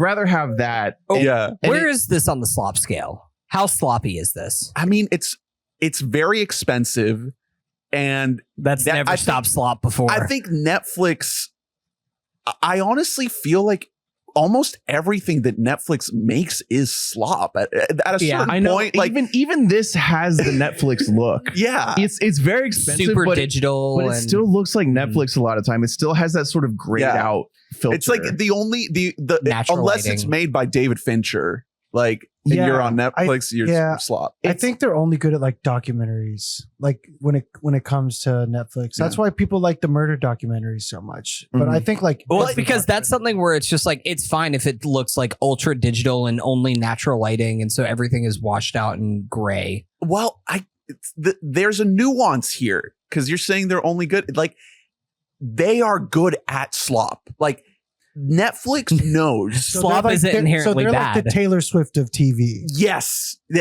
You're getting, there's something There's something there. Yeah, where okay. it is pretty good. That's honestly, that's something. It is effective. We've cracked the code. It is very effective. It's not. You got to give it up. You can't say like, oh, Netflix isn't successful. It's not the best. Yeah, the point is not So to be HBO is like Vince the best. Staples. The point is to be watchable, to keep you engaged, and that's what the show does. I know. So ultimately, it's just really impressive that this is a watchable show, because we're shooting through so much plot in this season. It's crazy. Wow. There is so much happening. This is like big picture, like hardcore sci-fi shit going on. They have a second season coming.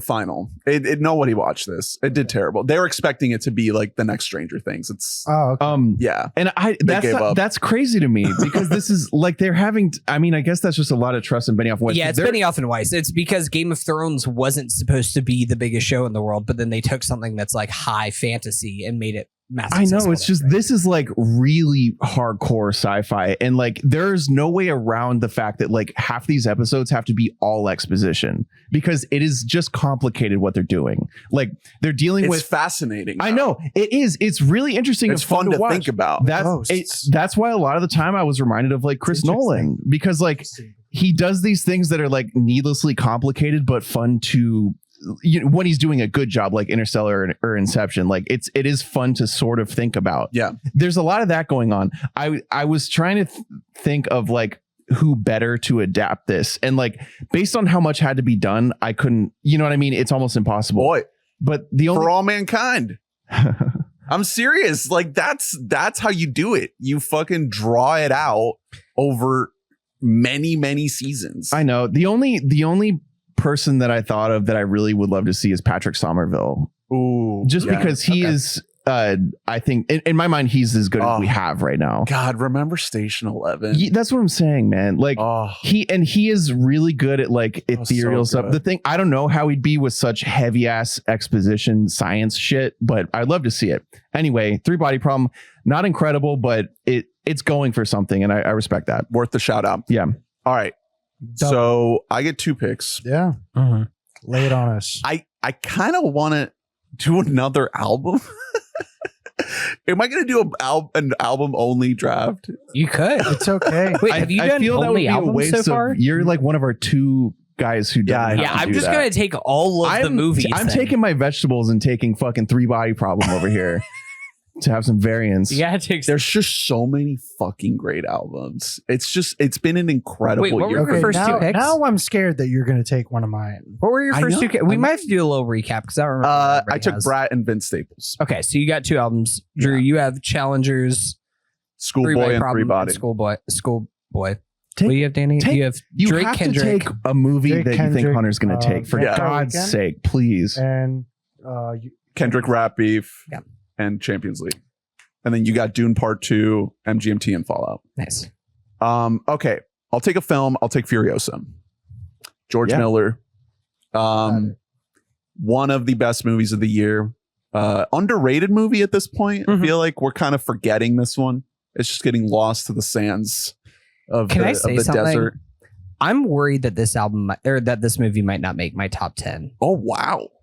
That's kind of where I don't want to spoil potential picks moving forward here. I guess it might not matter because I don't think anybody else has fucking seen them anyways. But I am just kind of looking forward, projecting ahead, and I feel like it might not make my top 10, and that might not be fair against the movie itself because this movie is great. It's a great movie, fantastic. Man. It's a really, really good movie. It's I think the worst part about it is that it had to follow up like one of the best movies of all time. Yeah. And I know that, there's a lot of other reasons why this movie didn't hit other than that.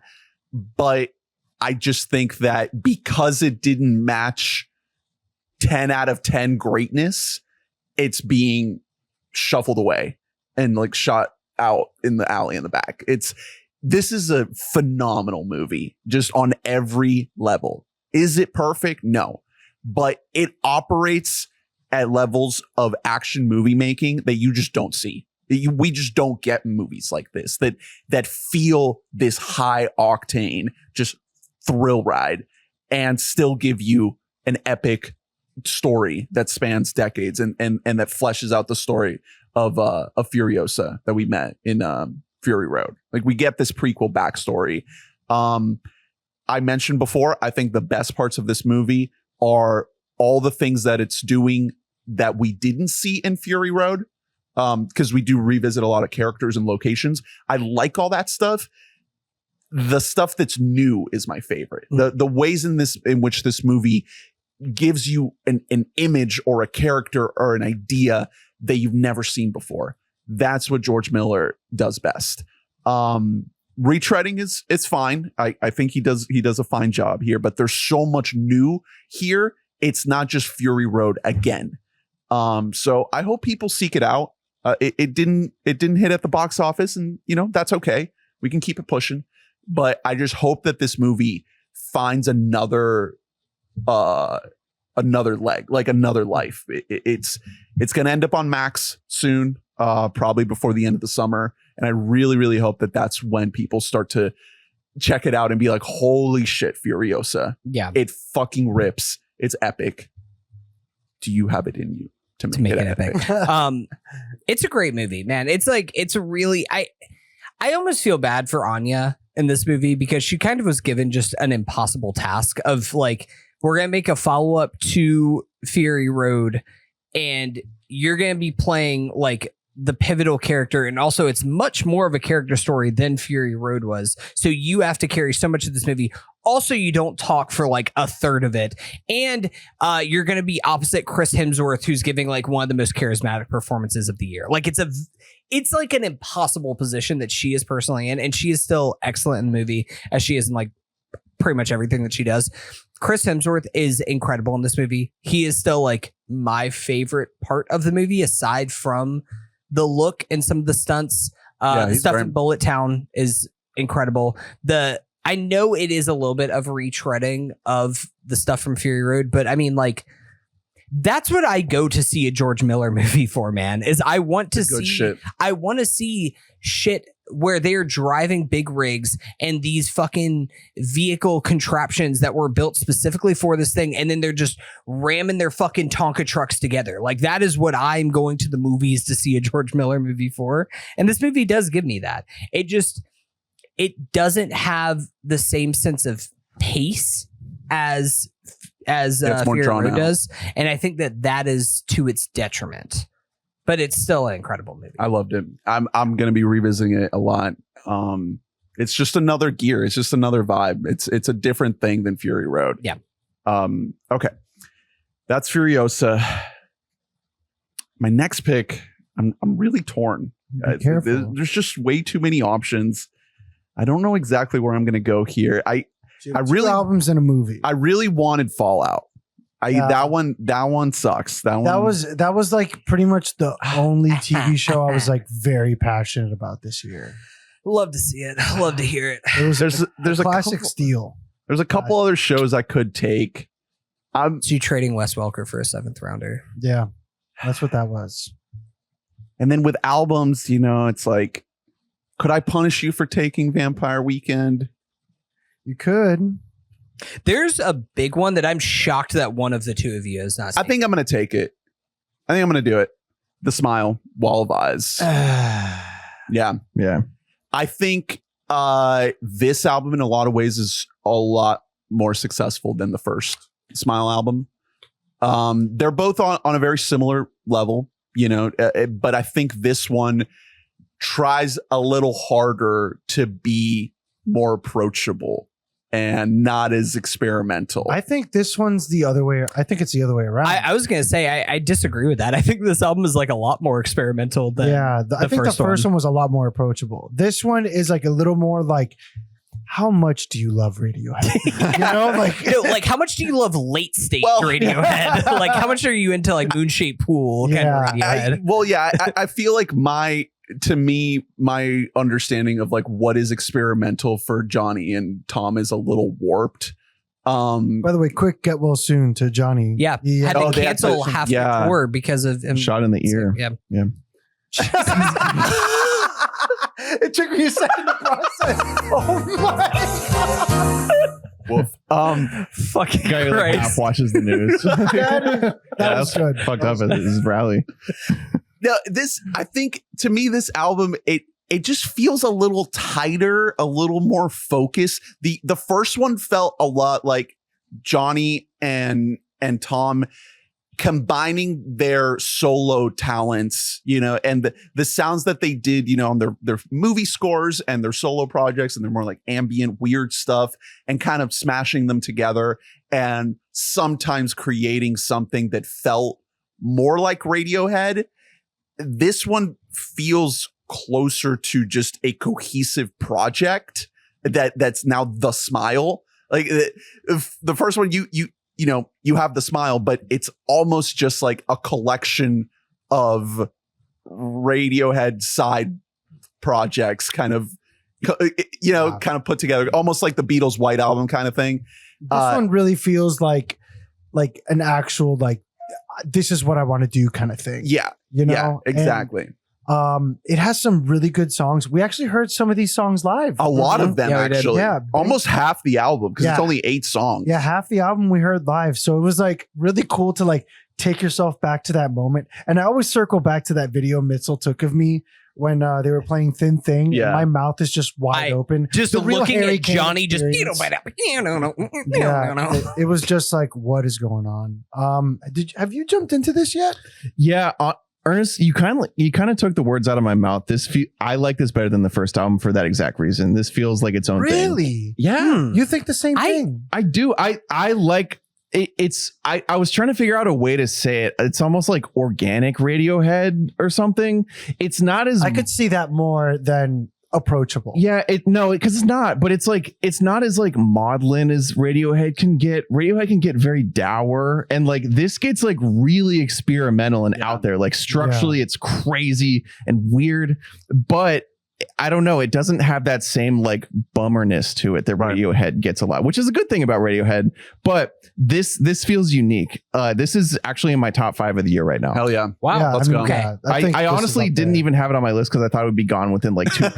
I thought it would be gone out front. I think me taking Vampire fourth Weekend, round. I kind of let someone else take the reins on this. I need to go back and listen to this one again because I like this album. It's still like in my top 7 or 8 of the year. It came but it's out in something that- January, it drowned came out by January- everything else. Exactly. It's one of those things that just kind of got lost in the sauce.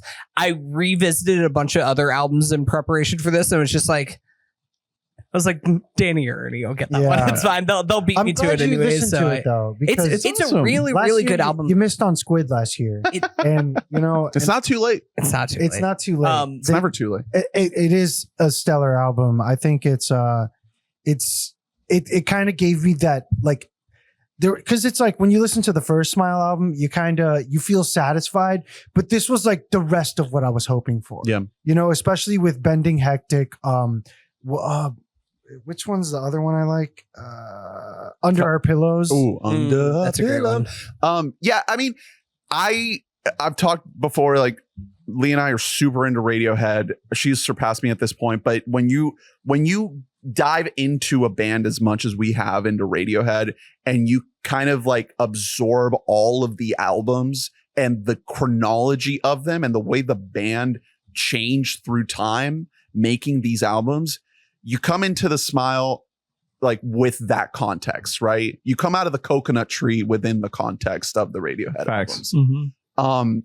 And the first Smile album, it in hindsight feels very like disparate, right? Because we don't know when we're going to get another Radiohead album. So it's like Radiohead ended, quote unquote, with Moonshaped Pool, which is just like this super weird ambient type album. And they ended up doing, you know, movie soundtracks and solo music and all this. So that's where they were at making the first Smile record. The first album felt like songs that they wrote like extra over the last 10 years. Yeah. Like this felt like its own cohesive thing. Yeah. The same mood. the Right. entire It's like time. they're back, you know, they're not necessarily Radiohead again, but they're in that mode of making music together, you know. And that's not to say that wasn't the case with the first album. They definitely made that album together, but I'm talking just from an outside perspective. That's just how it feels. I think that right now they're very much interested in continuing this project, and that's the confidence that you get from this album. It's not a one-off side thing and then we're going to go right back to Radiohead. We may never get another Radiohead project again. Like Moonshaped Pool might be it. They're And we still might not get big. like 5 or 6 Smile albums. They're still not big yet though. And But that's why they're doing it. Yeah. That's the whole reason. I know. Because they can play like the St. Augustine Amphitheater Yeah. instead of playing like fucking Raymond James Stadium or something Right. like that. Like, Yeah, I think it's they like not being in the spotlight, but at the same time, like how long can they run with it? You know, like I think that based on the sound of this album and how good it is, they will probably run with it for a while because it's just think about the show we went to. A lot of people, I was like, "Do you like the Smile?" They're like, "I love Radiohead," yeah. and I was like, "Dude, You know, The they Smile they fucking aren't rips. going to play Radiohead yeah." I was songs like, here. "It's not happening." And we got pretty much the whole first album plus 5 new songs. I mean, it's not fair. Like, if you compare this to like fucking In Rainbows, it's not fair. You can't compare. You can't. And they're not clearly not interested in being as like catchy, right? As they are capable of being. Clearly, yeah. Like, because for all the everything crazy compared to regular like pop driven music that In Rainbows does, like thinking about the way those songs work, like they're pretty traditional. It's just like with Radiohead craziness over top. This is like freeform jazz. It's closer to that than it is to like 4/4 music. Mm-hmm. Exactly. All right. The Smile, Wall of Eyes, and Great Furiosa pick. are my good two pick. picks. Yeah, good picks. We're snaking back to you, Drew. This is tough because I don't know where you guys are going to go. Is there a fourth body problem? All right, what have you got? Gonna ignore that. I feel like it was like an insult for some reason. I don't really know why. I haven't seen it. I don't know. I don't know. Did you see The Beekeeper? Is Beekeeper on your big board? Yeah. It's still there. Yeah. Fall Guy? That Night Swimmer still on the board. Fall Guy? Fall Guy. Shut the Hey, fuck Fall up. Guy's a good movie, man. Fall Guy's a good fun. You got time drafted it, movies. huh? That's the Gosling one, right? Yeah. Yeah. Gossip. All right, what have you got? I think I'm gonna keep my albums for my last couple of picks. I'm gonna take Quiet on Set, Oh, nice. Okay. The Dark Side of Kids TV. Oh, the fucking... The Nickelodeon. Oh, shit. Uh-huh. This was a big deal. Huge deal. Yeah. It's a bit of a moment. Yeah, big moment. Big deal for me personally. A thing I sort of realized through watching this is that the early Nickelodeon shows were a huge deal for me in terms of like forming my taste in comedy. And so that's one thing that makes it sort of hard to parse is you're watching this and like seeing clips from like even like I think maybe the best show that Dan Schneider's ever been involved in is actually the Amanda Show, because it pound for pound it is so wildly funny. It left a huge mark on me as a kid. Like it really like impacted what I thought was what comedy was. So you're watching it and you're like, damn, that guy cooked, but and then you're hearing like about how he's an awful guy. There are a couple faults here. If I don't know if this is legal, but what I don't want to draft is the follow-up episode. I know it was. You don't want to draft the Drake Bell song, the Drake Bell. I'll take song? that all day. That's actually separate. I'm going to draft that too. Oh, No, they did like a response. They did like a follow-up episode where it was like, oh, we've got new. Where it's mostly them talking about, they talk to some people a little more. It's in an entirely different format than the rest of the docuseries. It has a host, which the docuseries does not have, and it's just some lady. And it keeps cutting to her. She's like a classic like news lady. She's like, so tell me more about how he made you feel ostracized. And it keeps cutting to her reaction shots as if you care about who she is. She had nothing to do with the whole series. It's like, who the fuck are you? It's awful. So I don't want that. The original docuseries, I think, did a really good job of laying out a lot of information. One thing it's criticized for, very rightfully so, is that it does sort of conflate being a jerk with like doing sex crimes, because it talks about both things. It talks about like interchangeably. Yeah, you know what I mean? Yeah, like it doesn't do a good enough job of separating those two things in terms of how bad they are. That's not great. Yeah, and it's tough. But ultimately you are getting a lot of info. And it's like I said back when we talked about like Tiger King, a lot of documentary making is about having the right subject. And then what you do with it. Obviously you can't just like usually just turn a camera on. That's why Tiger King is maybe the most unique thing ever, because like they even had their own Tiger King show. Remember that like Joe Exotic made. The guy who made Tiger King was like, what? Okay, cool. Like action. He didn't have to do shit. With this, they did some investigating. They like found the right players to speak to. But a few years ago, I had found an article about how Schoolboy from the All That reboot, which by the way, I loved as a kid, the All That reboot. And Schoolboy was like me and my sister's favorite guy. It was like this middle-aged guy who was actually their dialogue coach.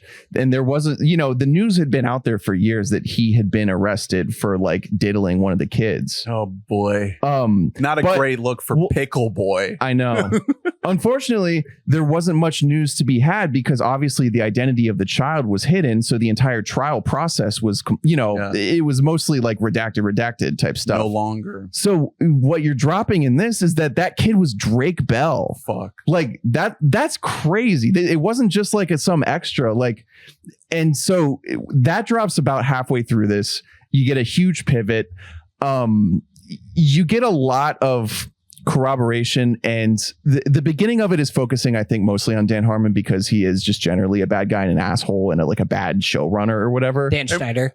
Yes, sorry. Don't.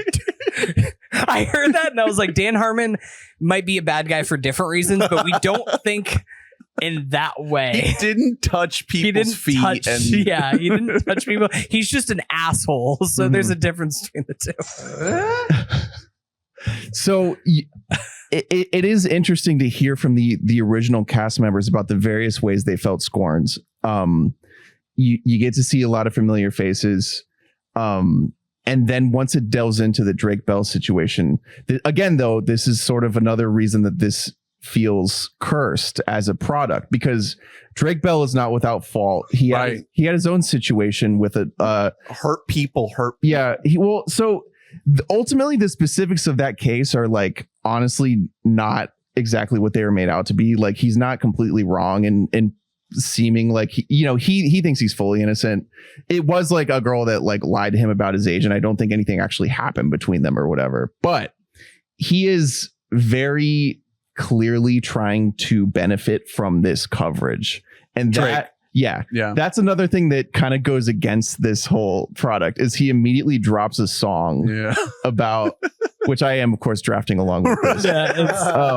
You get both. Maybe just like the Drake Kendrick thing, you get all of it. Yeah. You get the whole umbrella. Maybe the worst song and music video I've ever experienced in my whole life.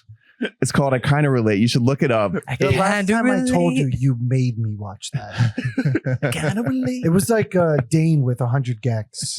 Yeah, he forced you. Yeah. It's so Sat you bad. down. Mid-concert. By the way, dude. Putting Dane's that such on a for you, real like, one at for that. Bonnaroo. Like while you're peaking. Yeah. Man, this concert long You're at as like hell. an Yves Tois show and you're like, no, but listen to Gex though.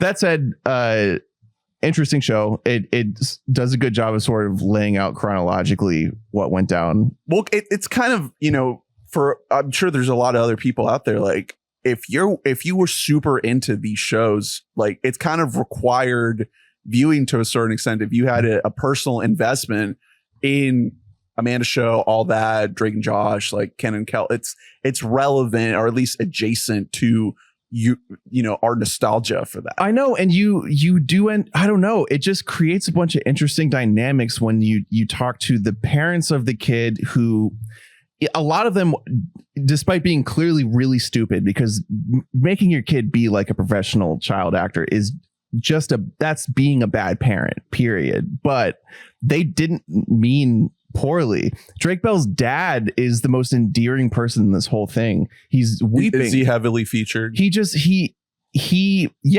Drake basically cut him off because he was trying to stop Drake from like getting into this stuff, because that's tough. Because specifically he didn't trust Pickle Boy. Oof. Yeah, and so their relationship was fractured for years. Like a lot of interesting parents family dynamics. Yeah. You should trust your parents. Yeah, man. except not Drake's mom, because she was she was like, "Oh, Pickle Boy, take him over." Oh God. Oh yeah. no. Is she interviewed? No. Oh wow. Not at all. Yikes.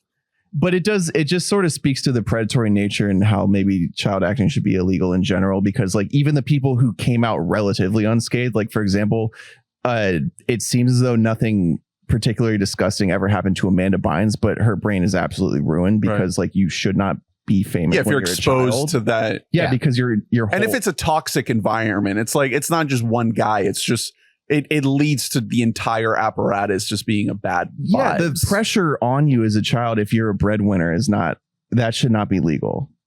Is Josh in it? Nope. Oh. He came out afterwards being like, "Oh fuck, what the hell?" Yikes.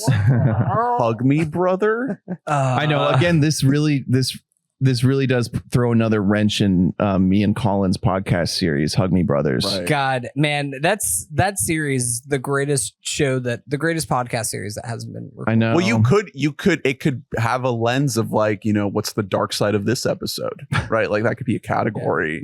What was Dan Schneider up to?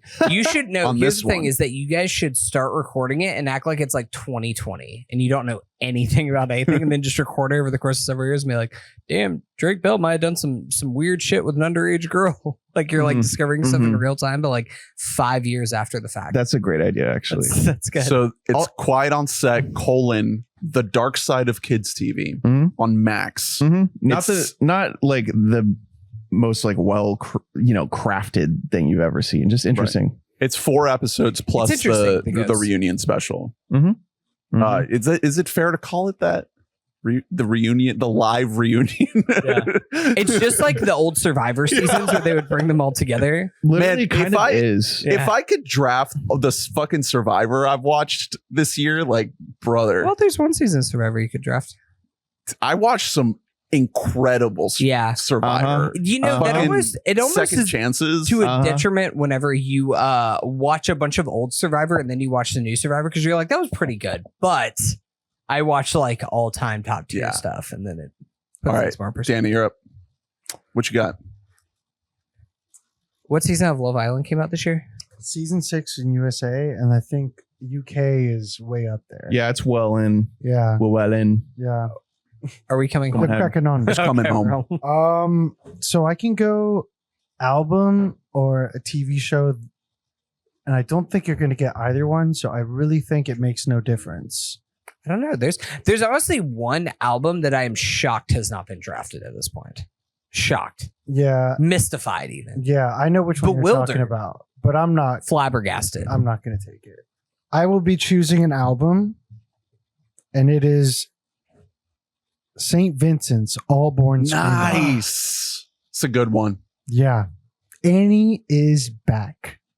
The thing about St. Vincent is it reminds me that Jack Antonoff can be good when he wants to. Yeah. Right? I mean, no shade to Lana. Like, I'm not into those albums. I'm sure they're great. Lana is the best version of Jack Antonoff. Everything else is like so fucking boring. And then this is like hardcore rock, like interesting shit. It's blown out, energetic. Yeah, a lot of it is. But there's also, she has her moments where she's vulnerable and she's, the Annie of, I don't know, just really, it feels like you're like almost sitting down with her, but it's also like a melody kind of thing where it's like very smooth. Like she's almost sweet talking you. Yeah. That's what hooked me in, because I became interested and curious when the single came out, Broken Man, which I believe has Dave Grohl on the drums. Yes. Yeah. And that's when He's I was a bit of a broken man himself. I was like, you know what? I think Annie's got something here. And then once I heard the rest of the album, my God, it's fantastic. Daddy's Home really did not do it for me. Like I loved her for a couple of years and I was like, oh, cool, new album. And it was just like, it just didn't do it for me as a whole project. And this is more so like, my name's Annie Clark and I'm fucking back. And this is just a masterpiece of an album for me. She's one of the many powerful women that came out with albums this year. Pop Girl Summer. Yeah. Yeah. This is more too. Rock Summer. Yeah. But I'm interested with the Daddy's Home comparison because I loved that album. You did, but I think you were clouded by Spotify shoving it down your mouth. I listened to it a little bit too much. Yeah. And that all mostly due to Spotify forcing it. And I think I've only listened to the singles with this one. I haven't taken the full dive. Oh. So I need to get on that. I'll give it the full. You keep calling it rock, and I think there's a lot more rock ballad. Okay. It's more so like the end of it is just a beautiful, like almost theatrical kind of like. Okay. I think it's definitely worth a full listen. More orchestral type sounds. Okay. Yeah, it's really good. She did a great job with this album for me. And Jack, I mean, you gotta shout him out when it's due. enjoyed No, you don't. the Bleachers album that came out this year for what it was. It's I can't do it. the Number one self-titled. Bleachers fan. It's a solid little Yeah, album. you know what I call them? Fucking butthole bleachers. Have you heard the band Cigarettes After Sex? I think I've heard, but not. So to me, Cigarettes After Sex, all of their songs sound the exact fucking same. They've released the same song 48 times. And that's Bleachers. That's Bleachers for me. Yeah. That's Jack Antonoff. Yeah. I think everything he does with Bleachers is like, hey, I'm 80s and pop with a little bit of rock. You know, it's what you're saying about how this is like the only time that you enjoy Jack Antonoff. I originally at one point in time was a Jack Antonoff. No, I don't want to say a stan, but a defender. Mostly because of Drew being like number one Jack hater, being like, this guy's talented. He'll never produce the number one pop visionary. woman I was ahead of my artist time. in time. Don't you have a chance to see her? You're going to like Montana or something? I'm going to Idaho. I might Atlanta? see. I'm either going to go see her or Willie Nelson and Bob Dylan. Who knows which one I'm going to Dude, see? I really think you should go for this. Who knows? I will say, I personally think that Jack is at his best whenever there is a artist. Generally, I mean, he just kind of lends himself more to like female pop artistry, but like somebody who has the I don't want to say the talent, but it has like the voice and the ability to kind of take up all of the space in the empty room that he is creating with his production design. I think that Lana checks that box, and I think that St. Vincent checks that box, even though I haven't gotten as into St. Vincent. Two incredibly different sounding. But I think that both of those are artists, two artists who are able to fully capture what it is that he does bring as a producer, as opposed to somebody who like Taylor Swift, who is, I'm not saying this for people come after me, is more limited in her vocal capabilities. Sniper spotted on the building. Not saying her talent. I'm just saying Red her dot range. on Hunter's ear. We're gonna clip him. Talented Death of the Poets are still alive. Oh, Still is that eligible? Talented Death of the Poets. I think that's the name of the album. I called the Bleachers album a good little album. It's 22 songs in an hour and 13 minutes. So Good not little. album. But from what I've heard, it's not bad. And I understand Boy has to get paid with the Taylor records. Like, I get it. I understand. But that is such a narrow scope of his talent. Like he's good. Like this album shows it. I wish that that albums like this were what defined Antonoff in this day and age, and not Taylor Swift. Yeah. It's just I don't know. He does too much with Bleachers. It feels like he's just going for the same vibe over and over and over again. Remember Fun? Yeah. Hey, tonight we are young. Fun was good. Remember the song "We Are Young," which is a banger, but is also a song about like beating a woman. What? If you like go back and look at the lyrics, it's not great. We'll set the world on fire. No, it's just notice the bruises on your face or something like that. God. Is one of the lyrics in there. It's not great. Right. Batter up. Hunt. So I really love how this draft has gone. And I kind of had a feeling this was going to happen because we all have our own interests and stuff like that. I know it's probably the way a lot of you guys are feel. I have 3 picks left. I feel pretty good about where I'm at about getting stuff. I think I'm going to take 1 TV and 1 movie. The TV is the only thing that I think might have been taken before it got back around to me for a final pick. It's my second favorite show of the year. I'm going to go with a piece of Netflix that is not slop. I should have taken at all. Oh, no. I'm taking Ripley. Critical hit. Why didn't you take it? I don't know why. Ernest, I could have sworn that you were going to take Ripley. I did not think this was making it back to me. This is the Steve Zalian retelling of the Talented Mr. Ripley story, really focusing in on 8-episode miniseries on the Ripley character, played by our boy, the hot priest himself, Andrew Scott. This is probably the most well-made show that I've seen this year. This is like, if Fallout is my favorite show of the year, then Ripley is like the most well-crafted thing. God damn, is this world just so beautiful. It's all shot in this gorgeous monochromatic black and white. And it's one of those things that like, is it as good? Is it like better than The Talented Mr. Ripley? Like, it spends more time in the world and you get to really dive into the mind of Ripley. Yeah. More so than you even do in the 1999 movie. Every little action. And I say that as like Talented Mr. Ripley is like a masterpiece. Like that is like a 10 out of 10 movie. Banger, stone cold banger. I love to say, how's the peeping going, Tommy? How's the peeping going? All the time. So love Talented Mr. Ripley. I think that Ripley, like the Netflix series, finds a way to tap into different things that makes this feel unique and makes it feel like this is something that needs to exist.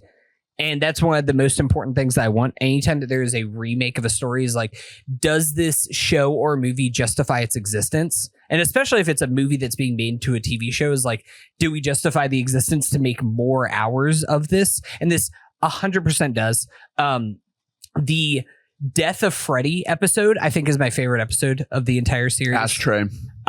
It's so good. It's an almost completely silent episode of just him like trying to go back and cover up the murder that he committed. Right. Like going and through, realizing that he's making mistakes and just going like, oh shit. Gotta go all the way back. And then just having to go all the way back and making different trips and everything.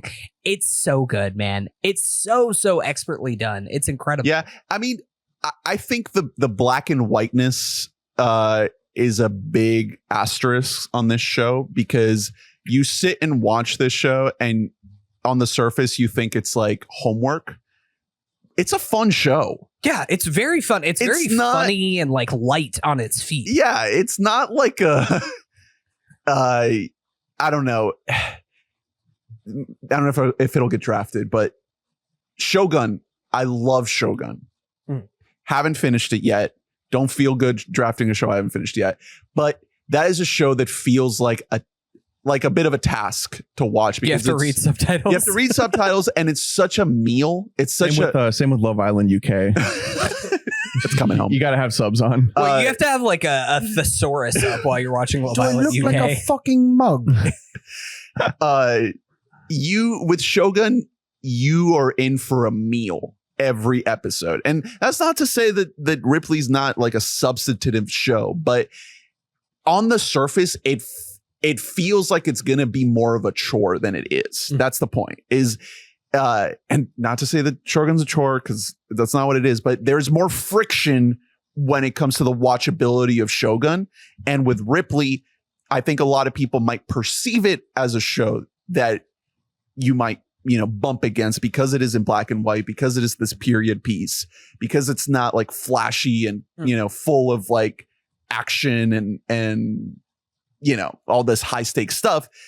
What it does with a lot of precision, and it creates drama, which is a core of what makes TV entertaining.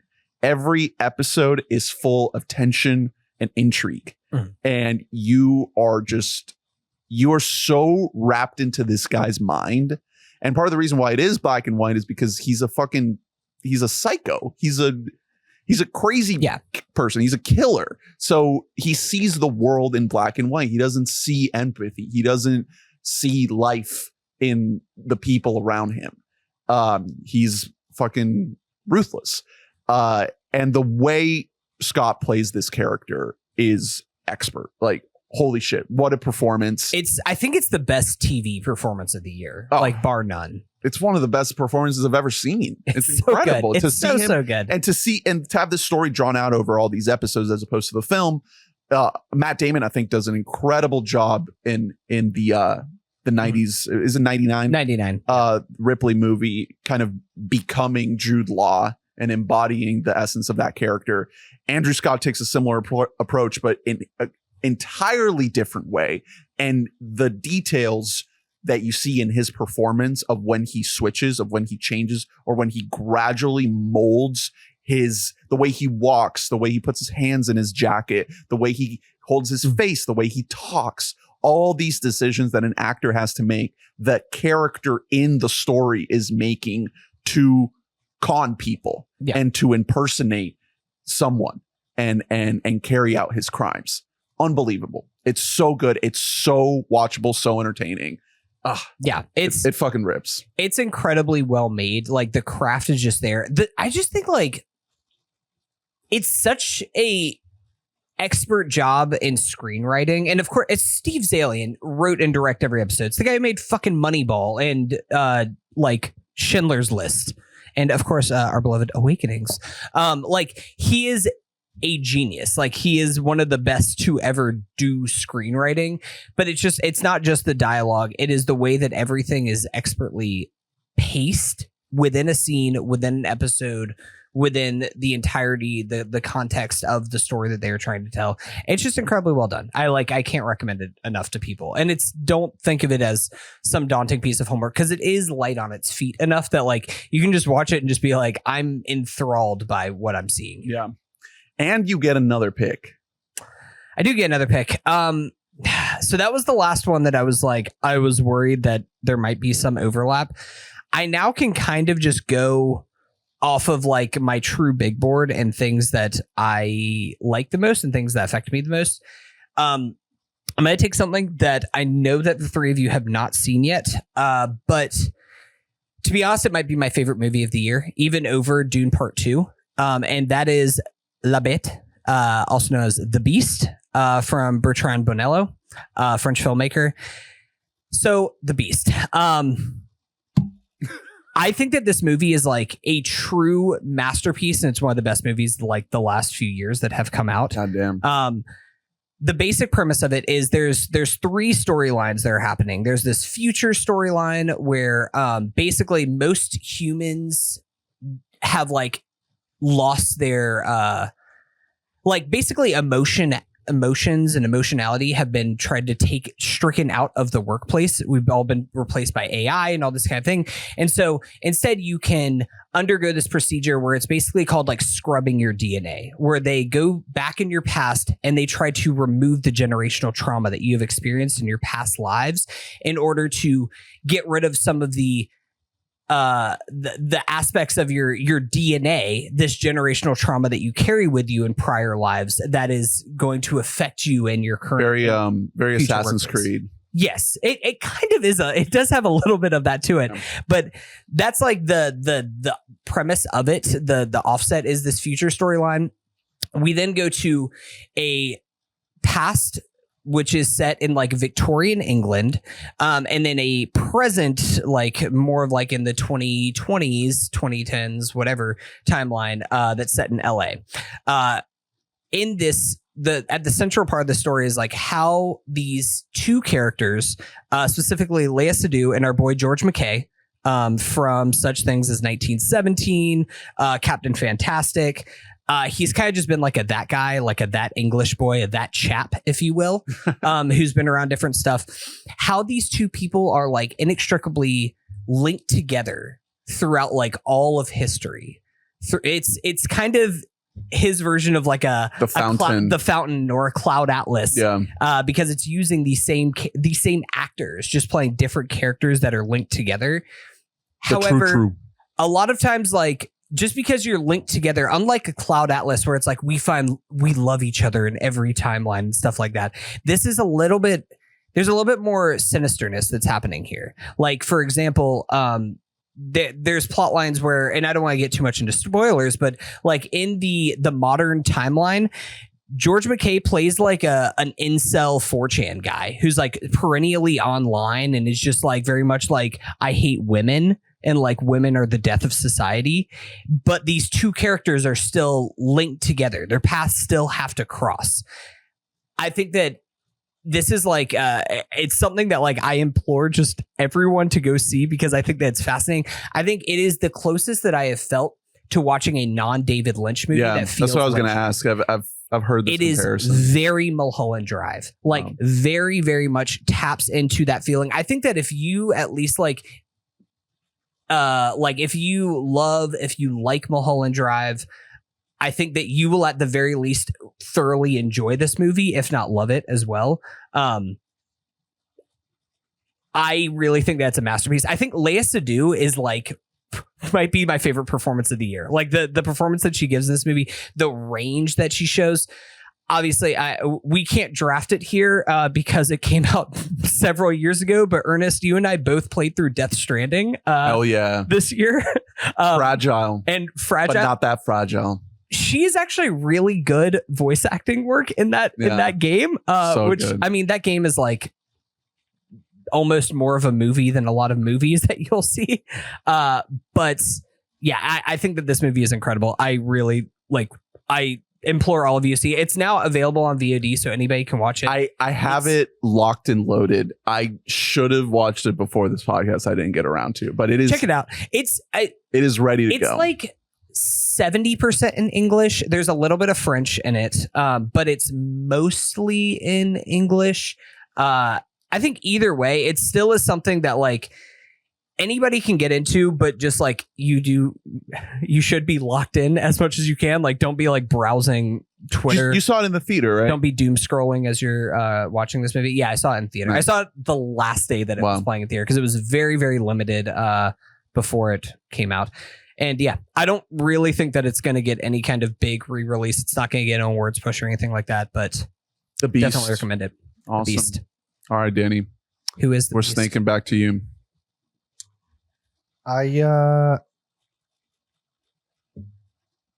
don't think any of you are going to take this, but I'm going to take it because it's near and dear to me as a 30-year-old man.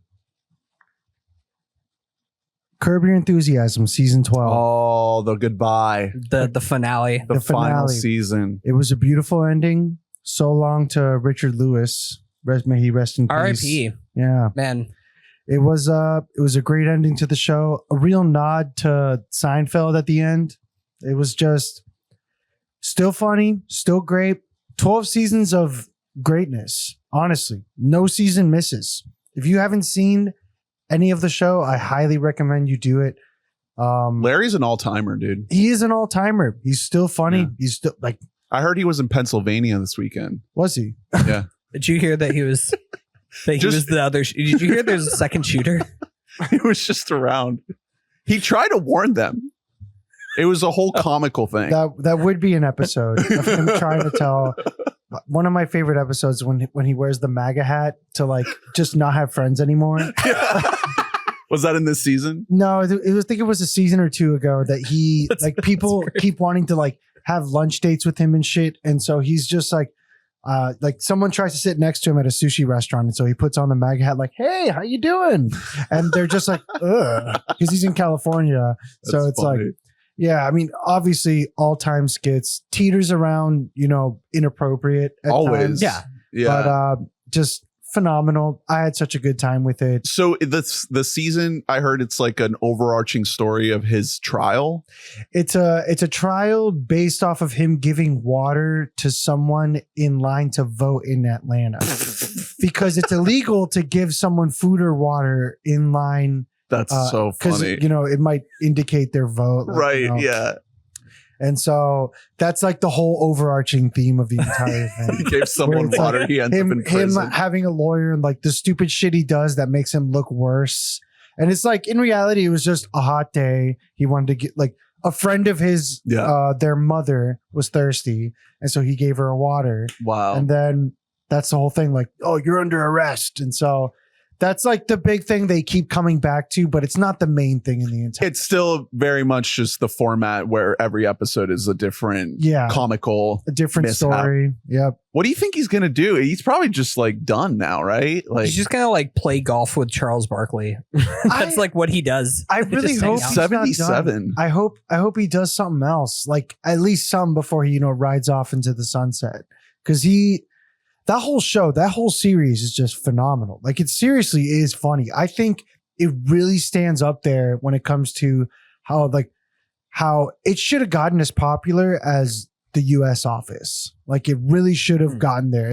Like maybe not with the youth, but I think the Seinfeld heads like can really relate. It's tough. HBO comedies just like don't really break There's a ceiling. Like even with something like Veep, which was like a big success, it still had a cap. It was never going to be a network TV comedy. But like I haven't watched all of Curb, and like there's no excuse why not to. Anytime I see a Curb episode, I'm like, this is incredible. This is like so funny. It's so well made, and I just have no excuse not to fire it up. I think it's the amount of of Curb content that's available. I might dive in now that it's done. Just crush through all of it. It's really, really good. 12 years Even worth. this season, I was looking forward to it, but like, I think he hasn't missed in the first 11 that I was like, this one's going to be it's good 12 too. seasons over like 20 plus years. Yeah, so it's with many weird to breaks. see the quality, how it starts off at the beginning of the 90s versus like... It's incredible to see like what the creative minds of Seinfeld have done. Like, like Larry David's made like all these seasons of Curb, and Jerry's made Uncrusted. Unfrosted. And that's eligible. And the B movie. Unfrosted is available. He did Cars and Coffee. Yeah. On Netflix. Don't forget. I think Cars and Coffee sucks. Can I say that? You're allowed Is this to a say safe that. space? Can I say You that? can I think say Cars that. and Coffee. I think Jerry Seinfeld's like an asshole, and it's not. Oh, definitely. I think it's like doesn't not he date like a 17-year-old or something? He used to. did. Yeah, he did when he was making Seinfeld. He dated a 17-year-old. He's off in fucking Israel, like shooting guns with the IDF and shit. Gross. Gangster. Yeah. Hate to see it. But anyway. So you know what? I stand by that. I'm doubling down. Cars and Coffee is it's bad people watch it. If you watch that show, you're a bad person. It's just like I think it's like an intro into like podcasts for like old guys. You know what I mean? They're like, it teaches you. I gotta watch them do be. something. Yeah. It's like, well, they gotta have the hands on things. Jerry would, if Jerry likes Cars. it, I'm gonna like it. Yeah. He's into cars, so that's like his thing. But don't let that stray you away from Curb because it's its own thing. Like Jerry's in like maybe 3 or 4 episodes. Oh yeah, it's not. No. It's not. Jerry's fine in like his use. I think like in something in his setting with Larry David, I trust him there. Technically it's eligible. I don't know if I'm stepping on your guys' future picks here, but of the Everybody's in LA, the John Mulaney thing. Oh yeah. After the first episode with Jerry Seinfeld, I was like, do I want to keep watching this? Because like Jerry kind of so takes awkward. the first episode. Like he's the worst part about famous Kanye lyric. I could tell Larry David was the mind behind Seinfeld. Mm-hmm. No. He was. I mean, yeah, he was. I was just watching a clip of Costanza. What's his name? George Costanza. His real name. Oh, I'm blanking. Oof. Hate to see that. Anyway, he was talking about how like in season 1 he was reading a script and he was like not really believing his character. He was like so he went up to Larry. He was like, Larry, the way this guy's reacting is absolutely insane. Like this doesn't make any sense. And Larry was like, that literally happened to me and that's how I reacted. It's Jason Alexander. Yeah. Jason Alexander. Larry just is Costanza. I want to get for the soundboard. I want to get the Yeah. Awesome. Curb and final also season. get Larry in that episode where he keeps on saying she has a rash on her pussy. Yeah, that's the one with she's like a young girl and then like a little girl. Yeah. Oh god. Like in a pussy. But it's like the way he says like, she's just got a rash on her pussy. Yeah. And it just cuts to everyone else in the room like, I don't like I don't know that. if you can say that. But it's so shit funny. like that that's just like constantly recurring that like you don't expect to happen to it's his over exaggerating reactions. It's phenomenal TV. It's great. What a guy. George. It's like if you have a fetish for almost like, and I think you should leave type thing where it's like it's a social situation that like doesn't click with social norms. And if you have a fix like a weird kink for just watching that play out over extended periods of time, that's kind of the show, right? Yeah, Kinky. pretty much. Yeah.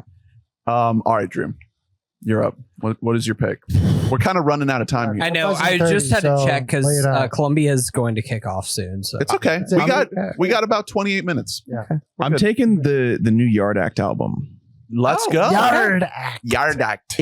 I like it better than the first one. I know you were crazy about the first one, Ernest. I think you really need to like you need to give it like several shots. I need to say something. You're very hidden about the things you enjoy in the chat. Like I mentioned this, He likes and to be there was not a mysterious. single Drew message that was like, "Hey, Danny, I liked it." It was just Ernest, like, I haven't given it a shot, or I didn't like it that much. But Drew's very quiet. Had no idea he liked Blue Lips. Hunter's the only one that replied about that. You know, it's because I won't ever shut. Where's my Utopia? Sorry. Yeah. Just talk more. We love you. I like Drew, you have to reach out to us, okay? I know, but the thing Drew, is don't put coming yourself home. on a lot of the Drew, time, it's I feel coming like home. Drew, it's coming home. I feel like Drew, wake up. Once I say that I like something in that chat, I feel like sometimes I don't like it anymore. because I've given it to you. This is the squid syndrome. You know how he brought it up that one year, like 100K listens banned, and they're so sick. You wouldn't even understand. Now they suck. Yeah. They sold out. Oh, Monolith. Oh, dog shit. So I would not say that, first of all. Aren't you glad there's no Fall Out Boy album this year? You never know. Not Last year yet. was dark. Hey, not yet.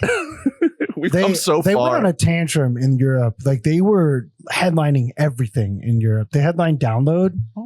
Again, we need to just obliterate Europe off the face of the earth. It's coming Maybe home. They dude. finally have good taste. in Coming it. home. So this Yard Act album, I really, really, really like it. I like it. I went back because I was like, maybe I was just missing something. I like the first one reasonably, but it just didn't click like this. And I do like this better than the first album. It's more, I think it's more dancey. It's It's way more consistent. It is. I think it's also a little more ambitious in terms of like incorporating different sounds. They brought in the producer and drummer from Gorillaz for this Nice. one. Ooh, Remy okay. Kabaka. And you can hear it. I mean, you could always hear it with them. There's a lot of Gorillaz, and his delivery has so much Damon in it. It's especially on this album. It's crazy. It's coming home. You hear so much Gorillaz, and then you also, another thing you always heard, but you hear way more in this album is LCD Sound System. Yeah. Because they're getting so dancey here. And just it really, a lot of the time, like when this album's at its best, you genuinely are hearing that exact combo. At least I am. And that's just, it's sort of a dream. Like it's You're speaking my language. that's what I'm saying is like certain songs in this, it's like, wow, this is like a real, like, it's like a fantasy if you combine two of our favorite guys. Yeah. It's a lot of I really like this lead guy. I don't even know his name, but he's really interesting. His name's Yard Act. Thank you. Mr. Yardak. Is there a Mrs. Yardak? He dips like in and out of characters a lot. Like he's playing like a very grandiose version of himself. It almost reminds me of Geese last year. Like he, you know what I mean? Like he's doing a lot of sort of what's it called? Self-theologizing. Yeah. Like a little skit. yeah, happening, exactly. And I don't know. I really, really appreciate what he went for this time. I do think more consistent. And then I think it does. Obviously, it's all very cheeky, very self-aware. It has like the song "We Make Hits" is literally about how great they are. That's a good one. And it works. I don't know. It all just comes together in like a better way for me here. It's you lose a little bit of the edge of the first album and a little bit of the punkiness of the first album, I would say. But it's more of a complete product, I would say. Yeah. Even if there's I can't locate like a single song that pops as much as my favorites on the Overload. But just listening to it, I was like, okay, this doesn't dip. The thing with the Overload is it dips hard in the middle. Mm-hmm. You get like a killer opening and closing. I don't think this one has that, but you kind of lose the big flashy, like more in your face songs. I didn't quite get that from this. Yeah. I give it another shot though. Cause I did like, it wasn't the first try for me, but it kept coming on in my algorithm. And, eventually I just had to go back to the full album. Cause I was like, that is a good song. And it really, every song on the album is pretty solid. It's a good, like through and through piece of work. Where's My Utopia by Yard Act? I don't think British people should have rights, so It's coming. I'll probably home. skip on that one. I know. All right. So this is it for me. I get 2 picks and that's And you're done. And then we're done. So no fear at this point. I still can't believe one of the albums you guys haven't taken, but maybe you guys are lower on it than I was thinking. I mean, I know there exactly what you're talking about. there are so many great albums this year. Like I can't to just pick one would eliminate like all the other ones I wrote down. I'm gonna have a very hard time at the end of the year, like for sure. So I think hard. this is the hardest year in the last 5 years. I haven't taken a show, or did I take a show? No, I haven't taken a show. I took your 2 shows. Yeah, from you took my top 2 shows, so I'll take the third one. It's X-Men 97, on Disney Plus, animated show. I really did not think this was going to be as good as it was. Just really great writing, adapting some of the best stuff from the comics, the stuff that the movies have never been able to do. Once upon a time on this podcast, we covered the movie X-Men Dark Phoenix, which absolutely broke me. Wait, we covered that movie on this podcast? Yeah, that movie oh my God. broke me. It was so bad. Remember when we only made a podcast about new movies and we just had to talk about whatever the hot movie was? Good thing COVID happened. So when we did that episode, I did a full rewatch of all the X-Men movies, and I had a real like existential crisis because I was like, I think these movies are not as good as I thought they were. That movie, Dark Phoenix, was so bad that it brought down like every other X-Men movie by at least a half star, if not a full star. It was that bad. And that's the last X-Men movie we've gotten since, not counting Deadpool. Or maybe we haven't even gotten Deadpool since then, because Deadpool and Wolverine is coming. Right. So X-Men has been in a tough spot. Like it very much like Logan, I guess, is if you want to consider that part of X-Men. That was even before Dark Phoenix. Oh yeah. It's been kind of dragged through the dirt at this point. And now Marvel has the rights back. They're trying to position where the X-Men is in the public consciousness to try to reintroduce them. And this, for all intents and purposes, was gonna be like a cartoon for kids. It was just like, let's just throw this on Disney Plus. It's a fucking cartoon for kids. It'll get the X-Men brand out there again. People will be familiar with it. It's 97, so it's reminding people of the original X-Men cartoon from the 90s. Perfect, right? Nostalgia. Wolverine's got that yellow. Exactly. Yeah. Exactly. The yellow suit, you know? So for this show to essentially be a throwaway thing and be as good as it was, huge shocker. Massive, massive surprise. Like, they went in with this show. The writing is incredible. The themes are so resonant because X-Men is obviously about marginalized people attacking marginalized groups. The whole dichotomy of Malcolm X and Martin Luther King Jr. Should we be pacifists? Should we be militant? All of that is embedded in the Magneto Xavier thing. This show kind of tweaks a few things. It's obviously a follow-up. It's a direct sequel to the old show, but it's also blowing up a lot of stories from the comics that people know and love. I honestly am not as big of an X-Men comic head, so a lot of this stuff felt really fresh to me. A lot of big comic heads are just like, yeah, we know what happened in the comics. They just adapted it directly, whatever. To me, it felt really fresh and unique because it was stuff that hadn't been touched by the movies. Or at least not in a good way. Animation's a really good medium for superhero stuff. See Spider-Verse. Like, it's just good shit. The stuff we get here looks amazing. There's a couple episodes that are definitely not for kids. It gets really violent, especially towards the end. It gets intense. It gets heavy. Disney Plus, you said, right? Okay. It gets heavy. I was not expecting it to go where it went. I'm back on board with X-Men. Whatever they do, if it's as good as this show, I'm in. Like, they really nailed it. Very, very happy with X-Men 97. And my last pick, I think I'm gonna take another show, and I think I'm just gonna go ahead and do The Bear season 3. Okay. Yeah. It needs to be drafted. It deserves to be needs to be drafted. Even though, the negative talk. Well, let's talk about it. Let's talk about it. So this is a very divisive season of TV. I've heard outright, like, complete refutations. Like, people are not happy with this season. People are like being like, actually, this season was proof that the show was always bad. And it's like bad faith arguments like that are coming out for this. Here's the thing about Bear season 3. It's not as good as season 1 and season 2.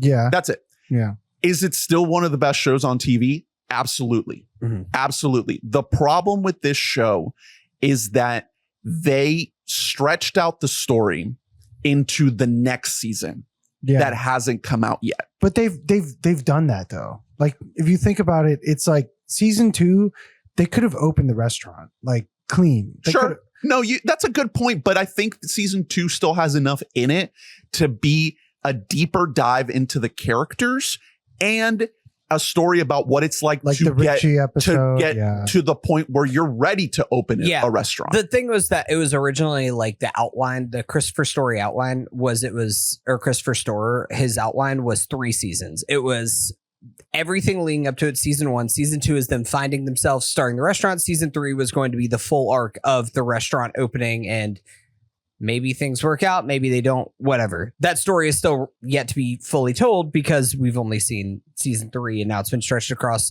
at least one more season, if not more than that. Possibly more. It depends. That's the other thing I was going to mention is it depends on this cast. Like, this is a very in-demand cast, and you feel that in this season. You feel like they're getting the minimal amount of time with these actors together, and they're just making the most of it in these single locations, right? Episodes are very play-like, where they're just 2, 3, maybe sometimes more characters in a single room going back and forth. And that's the whole episode, right? One in particular is very much just almost this bottle episode where you don't leave this single location. The non-negotiables. Yeah. I do believe it gives more shining moments to like the other characters. Like, Matty Matheson had a real big, like, I feel like he had a come up this season. I could have used less of him and the other fact. I'm biased towards him because I love him. Like, I love his cooking show. Like, I love... To me, it felt like they were using those characters to pad out the fact that they didn't have enough time with everybody else. I could say, that's kind of what I felt like. And I'll spoil it. There's a cameo by John Cena. Did not work. Yeah. As another fact.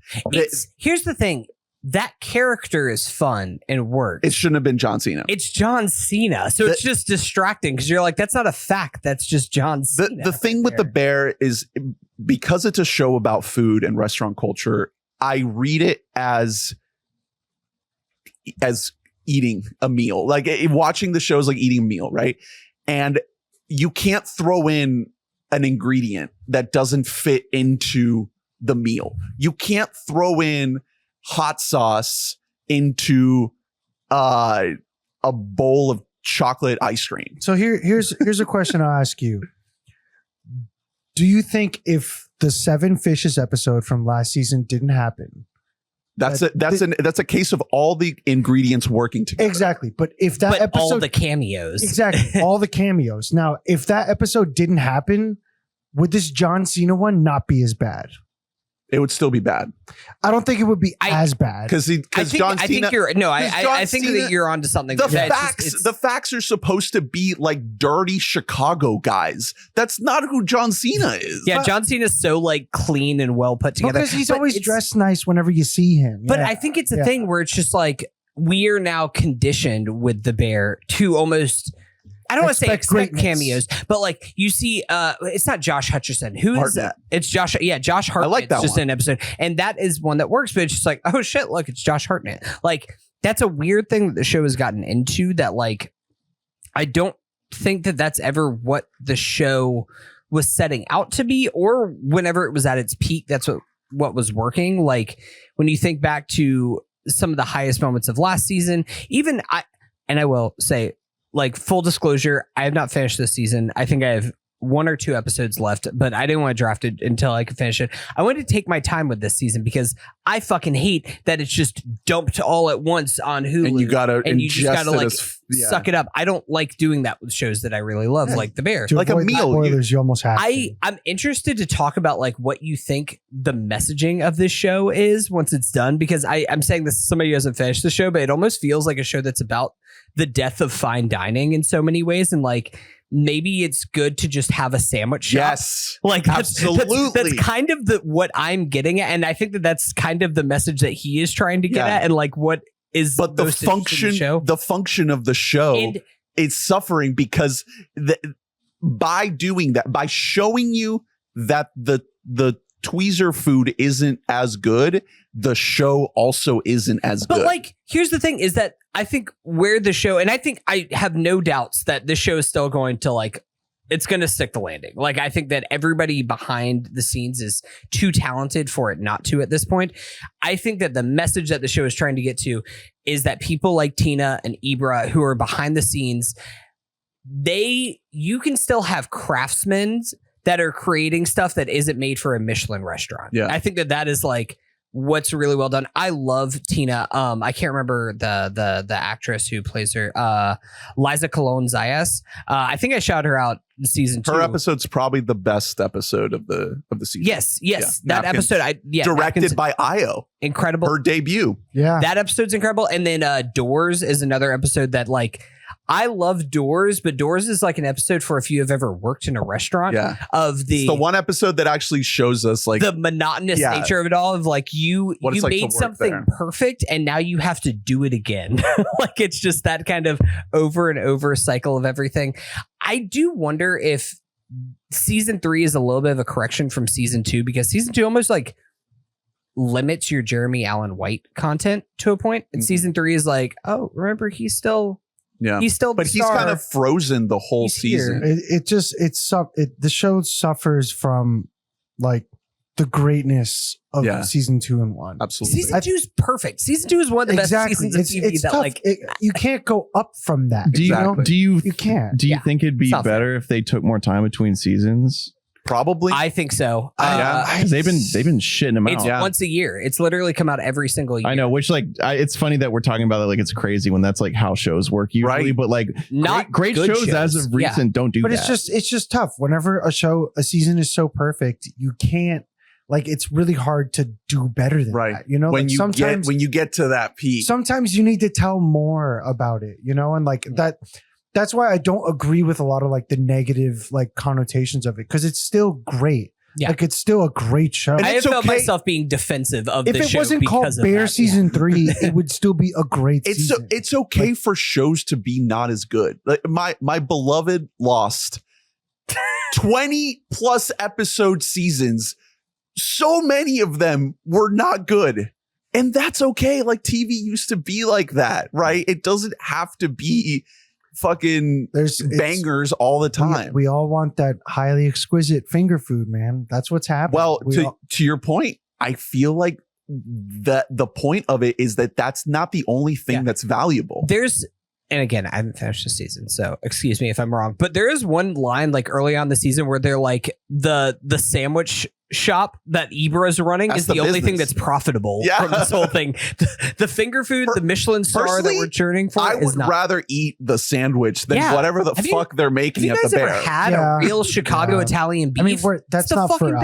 best. You know, okay? like we want the beef. You know? want to drop $200 for like this much food. Yeah, but you get 10 of those plates. So you got to think about that. But yeah, apparently you leave all full. I've never done a Michelin experience, but well, okay.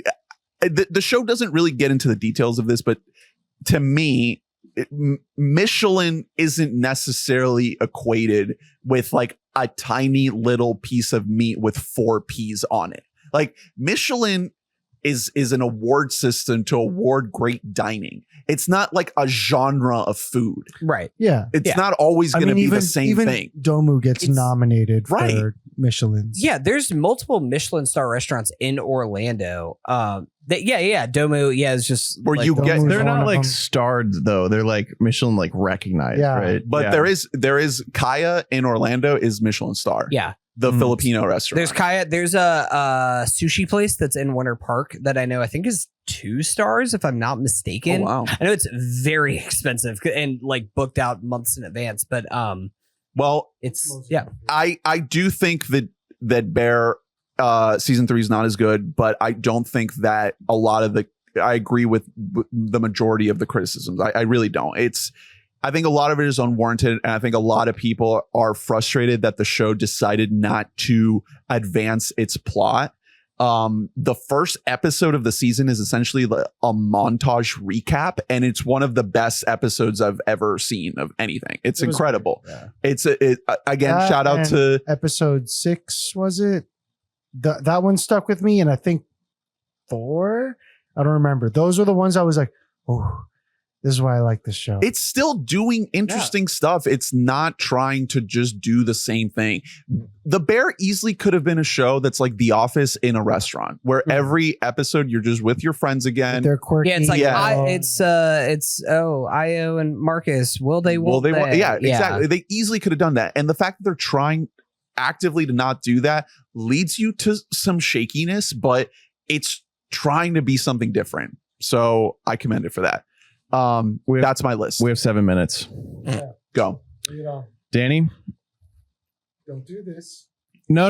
Is it our time? I don't think I'm going to make you upset. I might make you excited though, because another thing I haven't mentioned in the group chat, Cloud Nothings. Ooh. Oh. This is the their new best album. Yeah. This is their best album in 10 years. Yeah. Straight up. That's what I said. I was shocked by how good it was, because I haven't loved anything that they put out since 2014. Their best album, I think, is their debut, Attack on Memory. Actually, that's not their debut technically, but like that to me is a perfect album. One of my favorites ever. This new album fucking rocks. It's so many years later, and like especially like punky bands like this usually when they lose their steam, they lose it, or they just pivot to a whole nother genre. And this is neither. They're doing a similar thing.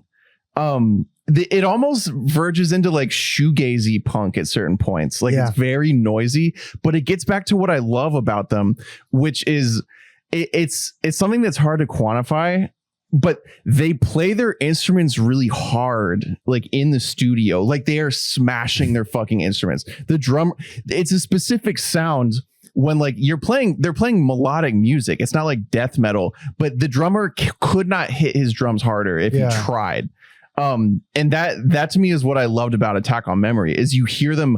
It's like they're trying to amplify it for a stadium and they only have little amps or something. Like they're going as hard as possible, but the music isn't just trying to be noisy. And to me, they kind of recaptured their magic in a lot of ways. This is a really solid album, like through and through. It gets back to a lot of the melodic stuff they used to do that worked really well. You know what I mean? They have a lot of like he has a really good sense of catchiness. The front man. And that's sort of been on and off for the past few years. You know, they did an EP with Waves like way back when, and I did actually enjoy that.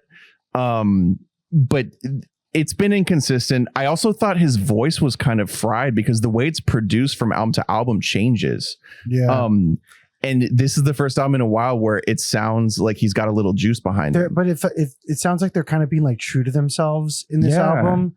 For me, this album, like the way it made me feel was that like I liked this band back then, but it took me back to the Lollapalooza after show I went to go see them, and there were maybe, I'm not kidding, 10, 15 people at this show. No way. There was no one at this fucking what year? show. This was 2017. I was drunk out of my mind. I'm just dancing.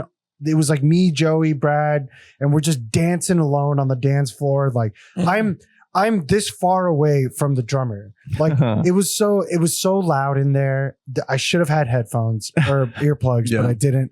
It just took me back to that moment that it was rattled like, you. They're really like trying to go back to, like, not trying to go back to where they were, but it's kind of like, this is who we are kind of thing. Yeah, so, I think they just rediscovered something. Like, they got their juice back, and it's, I don't know, it made me so happy. These last few weeks I've been listening to it a lot because I didn't think they had this left in them. And so I was honestly hesitant to even listen to it because it's made me sad the last couple albums. Yeah. I haven't listened to this album.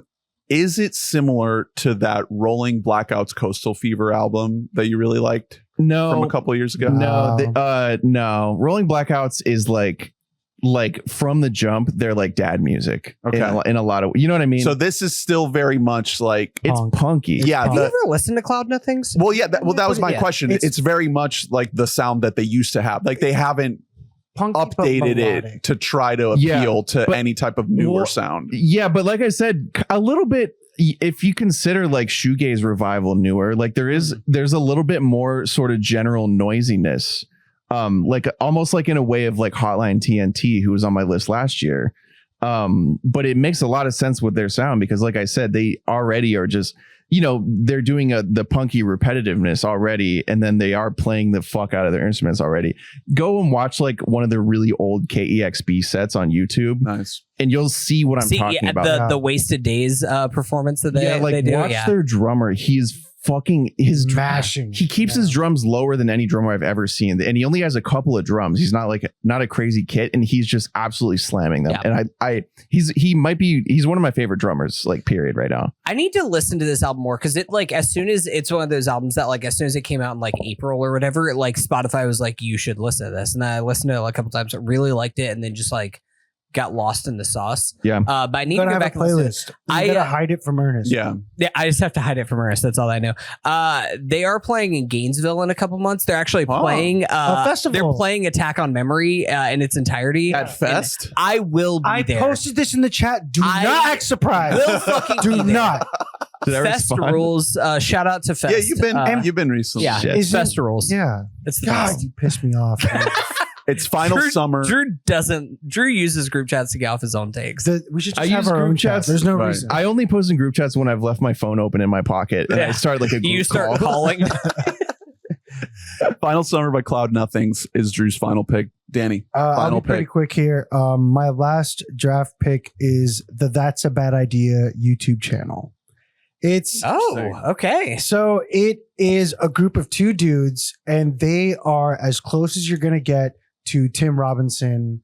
I think you should leave. Wow. And it's two guys. They're very funny. Some of their like skits are very like cliche, like, oh, you said the word come, it means come. That's so funny, dude. Oh, like, I know these guys. Yeah. They're on TikTok. Yeah, I follow these guys. They fucking rock. yeah, they're funny as hell. But I guess you could say they're on every platform, but they're called That's a Bad Idea. And like they just recently released a music video, which, you know, it was kind of catchy. It's like them trying to rap or whatever. But I mean, in general, just really funny dudes. There's just one skit that like really sticks out. Curry and Coop. Yeah, Curry and Coop. That's them. And there's this one skit where they go to an Airbnb and it says like no clothes on in the jacuzzi, and it's like them with like their three guy friends or whatever. And it's like, oh my God, it says no clothes in the pool. What are we doing here, guys? If this gets back to the Airbnb, like, I'm going to get in trouble. I can't have that. Let's all take our shirts off and our clothes off and let's get in the pool. It's like, dude, it's okay. Yeah, Like, the blonde guy is so Tim Robinson. His delivery, it's Yeah. very good. But because I remember Drew drafted Channel 5 a while ago, and I think this is something that deserves recognition. These two dudes are very, very funny. Right now they're doing short skits, nothing too long, like maybe a minute long. But you think they could be set up for something bigger? I think they're going to end up being bigger. Maybe they're the next Please Don't Destroy. Yeah. SNL is scouting him right now. It's very possible. I just love these dudes. I think they're so funny. But yeah, definitely worth the watch. It's really quick watch. That's a bad idea. Yeah. All right, Hunter. Last pick. Bring us home. Let me just say up at the top, I am shocked that neither of you drafted the Brittany Howard album. Like, truly shocked that It's a great album. Wait, this whole time I thought you were talking about Chapel Roan.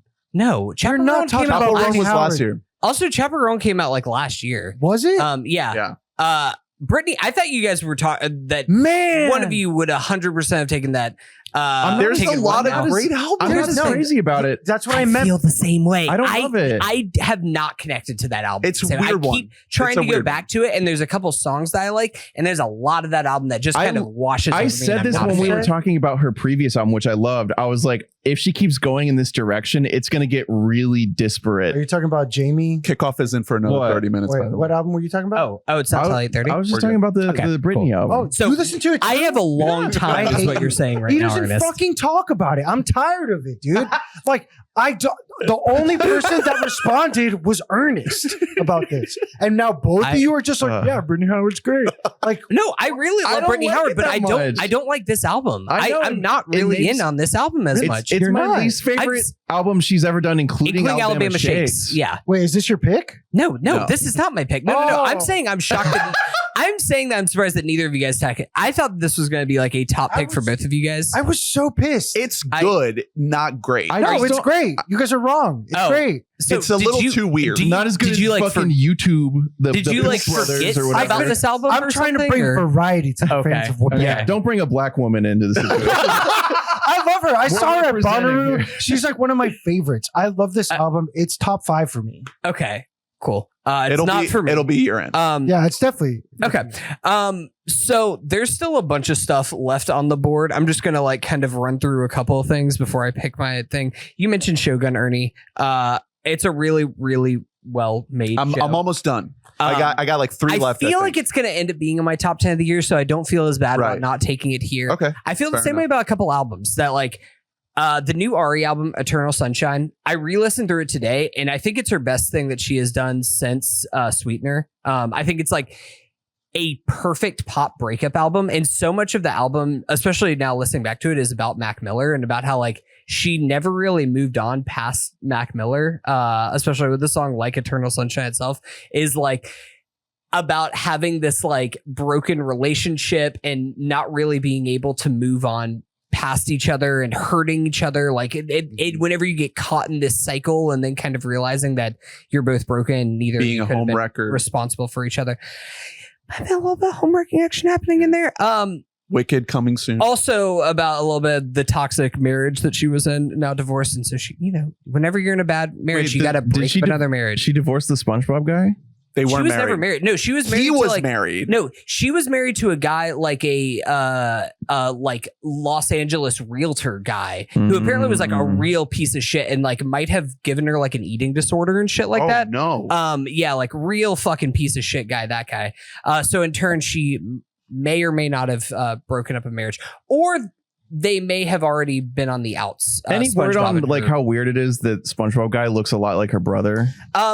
So Guy and I have talked about that a lot. It's very weird. They look a lot alike. Like look up Ariana Grande's brother. Frankie and then Grande is it's just like if you yassified her. Have you SpongeBob seen the boyfriend. photos of SpongeBob act? Now I'm blanking because I'm 4 high noons deep. But the photo of the actor dressed up as a baby. SpongeBob guy? SpongeBob guy's in like a full baby outfit. He just looks like a giant baby. So his name is Ethan Slater. Ethan Slater. There we go. Slater. Look up Ethan Slater baby. This isn't real. Oh my god. He's just a big old baby. So is that your pick? So that's not my pick. And my pick is not Ethan Slater baby. Shocked that Survivor 46 didn't get drafted. Great season. Really there's another album that I wanted to shout out. I'm not going to draft it here. There's one other thing, a big thing that I want to recommend to the audience, but 2 things. One is an album. I'm going to draft it. It's going to be on my year and more than likely. It's an album from artist called Camera Obscura. Look to the east, look to the west. Very much if you like Waxahachie, Belle and Sebastian, that kind of style. This is a band that's been around since the 90s, but just put out a new album this year. I really love it. But I'm going to take another one of the movies that's in my top 5 of the year. And that is a little movie called I Saw the TV Globe. Nice. I was wondering if you were going to grab this. I will say, if Longlegs was eligible, I would have drafted Longlegs here in this thing. But since it is not, I'm going to take I Saw the TV Globe, which I think is the best horror-ish movie that came out in the front half of the year. This is a movie that it really is trying to capture into this idea of whenever in a world pre-internet, pre-streaming, and you had to have the TV on at a certain time of day at a certain moment in order to watch a show that you want. Oh, they made it. They made a game about this, didn't they? A game? A game? I've seen someone play this. Oh, I don't know what game. You saw. I Saw the TV Glow. It's something similar. Go Go ahead. Oh, okay. Go ahead. So this is it's written and directed by Jane Schoenbrunn. This is her follow-up to a movie that I just saw also this year for the first time. We're All Going to the World's Fair, which is like probably one of the best uses of like this like kind of TikTok, YouTube, Gen Z, Gen Alpha generation of like this obsession with having yourself on camera and like I'm gonna film myself reacting to this viral trend and like that whole thing that's now just become a thing that like the generation and generations below us have done so much. And it's something that Jane is obviously very interested in capturing, this idea of not just how we in the modern day obsess and ingest a lot of media, but how like millennials, Gen X, even older Gen Z, how we did growing up. And if getting back to that version, like, is there an air of nostalgia, this cloud, this pink cloud that's covering up things that we once loved and obsessed over? Is that making us love something maybe more than it was worth? Like, are we putting more inherent value in something like that? Well, it's also using it to kind of cope with trauma. Well, and that's kind of what. So the movie itself it's focused on a couple of characters and their obsession with watching the show called the Pink Opaque, which it's kind of a cross between like a Buffy and Twin Peaks show meets like a Saturday Night Nick kind of energy, or like a Scary Stories to Tell in the Dark, like that sort of area where it's like kid friendly scary things, Goosebumps even in that vein. And this need to, like, you have to tune in after dark, and like some of your parents might not like let you tune in because it's at 10 p.m. on a Saturday night, so you have to like sneak over to a friend's house and watch it. They're gonna tape it. Yeah. And it's, you gotta get the tapes. They have this obsession over the show, and I don't want to get too deep into like where the story goes or anything, but it kind of gets into this whole idea of like what exactly the show is, and are these supernatural elements to the story? Are they something that is actually true and happening in the world around them? Like, is there a literal thing that this show is tying to their world, or is it all metaphorical?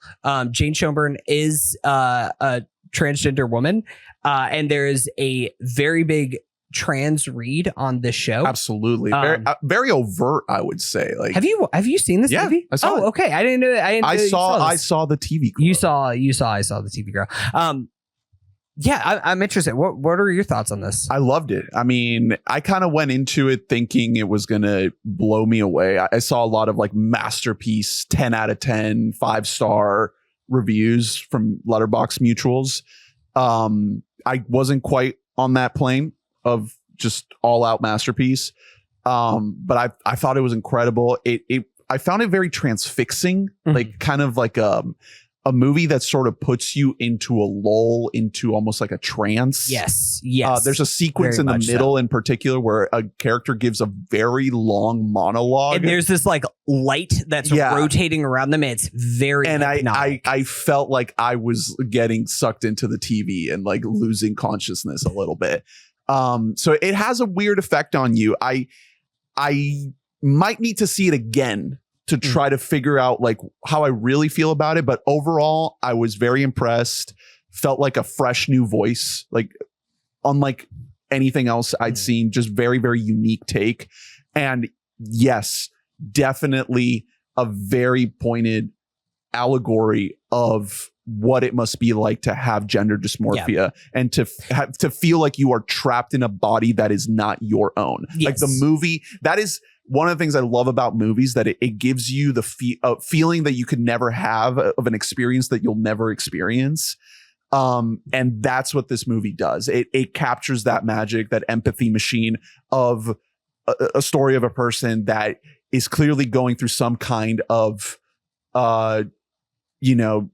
gender dysmorphia, like trans experience, and blowing it up in this story of obsession with TV, and using the obsession with the show as a way to channel these feelings and to show you what it must be like to feel like that. So there's a lot of things in this movie that I felt like didn't connect with me, not because I thought the movie was doing a bad job, but because it's doing it in a way that's incredibly new and kind of out of the box, that it just, in a lot of ways, I wasn't ready for how unique this movie is. But I think that like that's one of the things that like it's made the movie continue to sit really well with me. And it's something that like, as I've kind of sat with it, like I keep pushing it up my year-end list, like a movie like this over the years, because there is like this uniqueness and there is this nuance in the story that's telling. Like, I will never know the same feeling that Jane is trying to get at with the themes of gender dysmorphia, but there is also this universality to it, especially like whenever you are in your youth and you feel like you are watching something and it is the most important thing in the world. And you feel like the characters that you are seeing, you're like, how did they make a show that's about me? Yeah. Like, how did they do this? Something that's like in that they're making something that's mirroring my life events. In reality, it's like, whatever. Well, sorry, what were you saying? Even if you don't feel gender dysmorphia, we've all felt in some way like we are trapped. Yeah, trapped in our body, especially if you are a teenager. Right. Like you have the whole things of just thoughts that are oppressive, where you feel like you're trapped in your own head. I feel like that is very universal. And I think the movie gets at that. Yeah. I will say it was funny. The moment that I saw this movie, I texted a friend of the pod, Colin, because in a lot of ways, and I mean this as like a positive to the movie, this feels like a movie that Colin would have made, that like we would have made together in high school. Obviously, this is a much better version of that with a much more unique and interesting like tale behind it. But this whole idea of tapping into TV and like what nostalgia is and how it kind of clouds our judgment on things. There's an incredible moment, and I don't want to spoil the back half of this movie because I think that the way that ends is like really pitch perfect.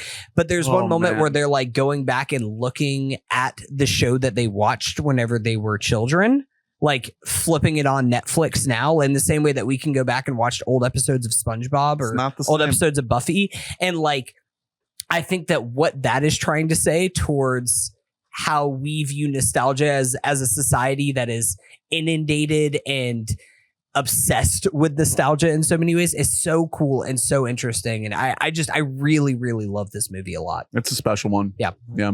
All right. Well, that is the 2024 mid-year draft. It's coming home. We did it. We've got another like I don't think we're in any rush at all. Anybody have lots of honorable mentions that there's so many here? Nope. So many. A lot of shows, a lot of albums. We'll have you back for our top albums of the year at the end of the year, and for Castaway. That's true. For our Tom Hanks, Tom Cruise series. I'm in. Thank you so much for coming on, man. Always a pleasure. We love having you. And thank you all for listening. Please rate, review, subscribe, like, and comment. Let us know your thoughts on our picks. Let us know who won the draft. Hunter, you're looking good, man. I'm jealous of your list. I feel great about my list. Let me say, I have like my three favorite movies of the year, and it's tough. Some of my favorite albums of TV. We're okay. We're gonna live. Yeah, we do. It's coming home. Yeah, it's coming home. Check out weboughtamic.net to get every episode in your inbox, and join us at patreon.com/weboughtamic to keep supporting this podcast. Thank you, donors who help make this podcast possible with your support.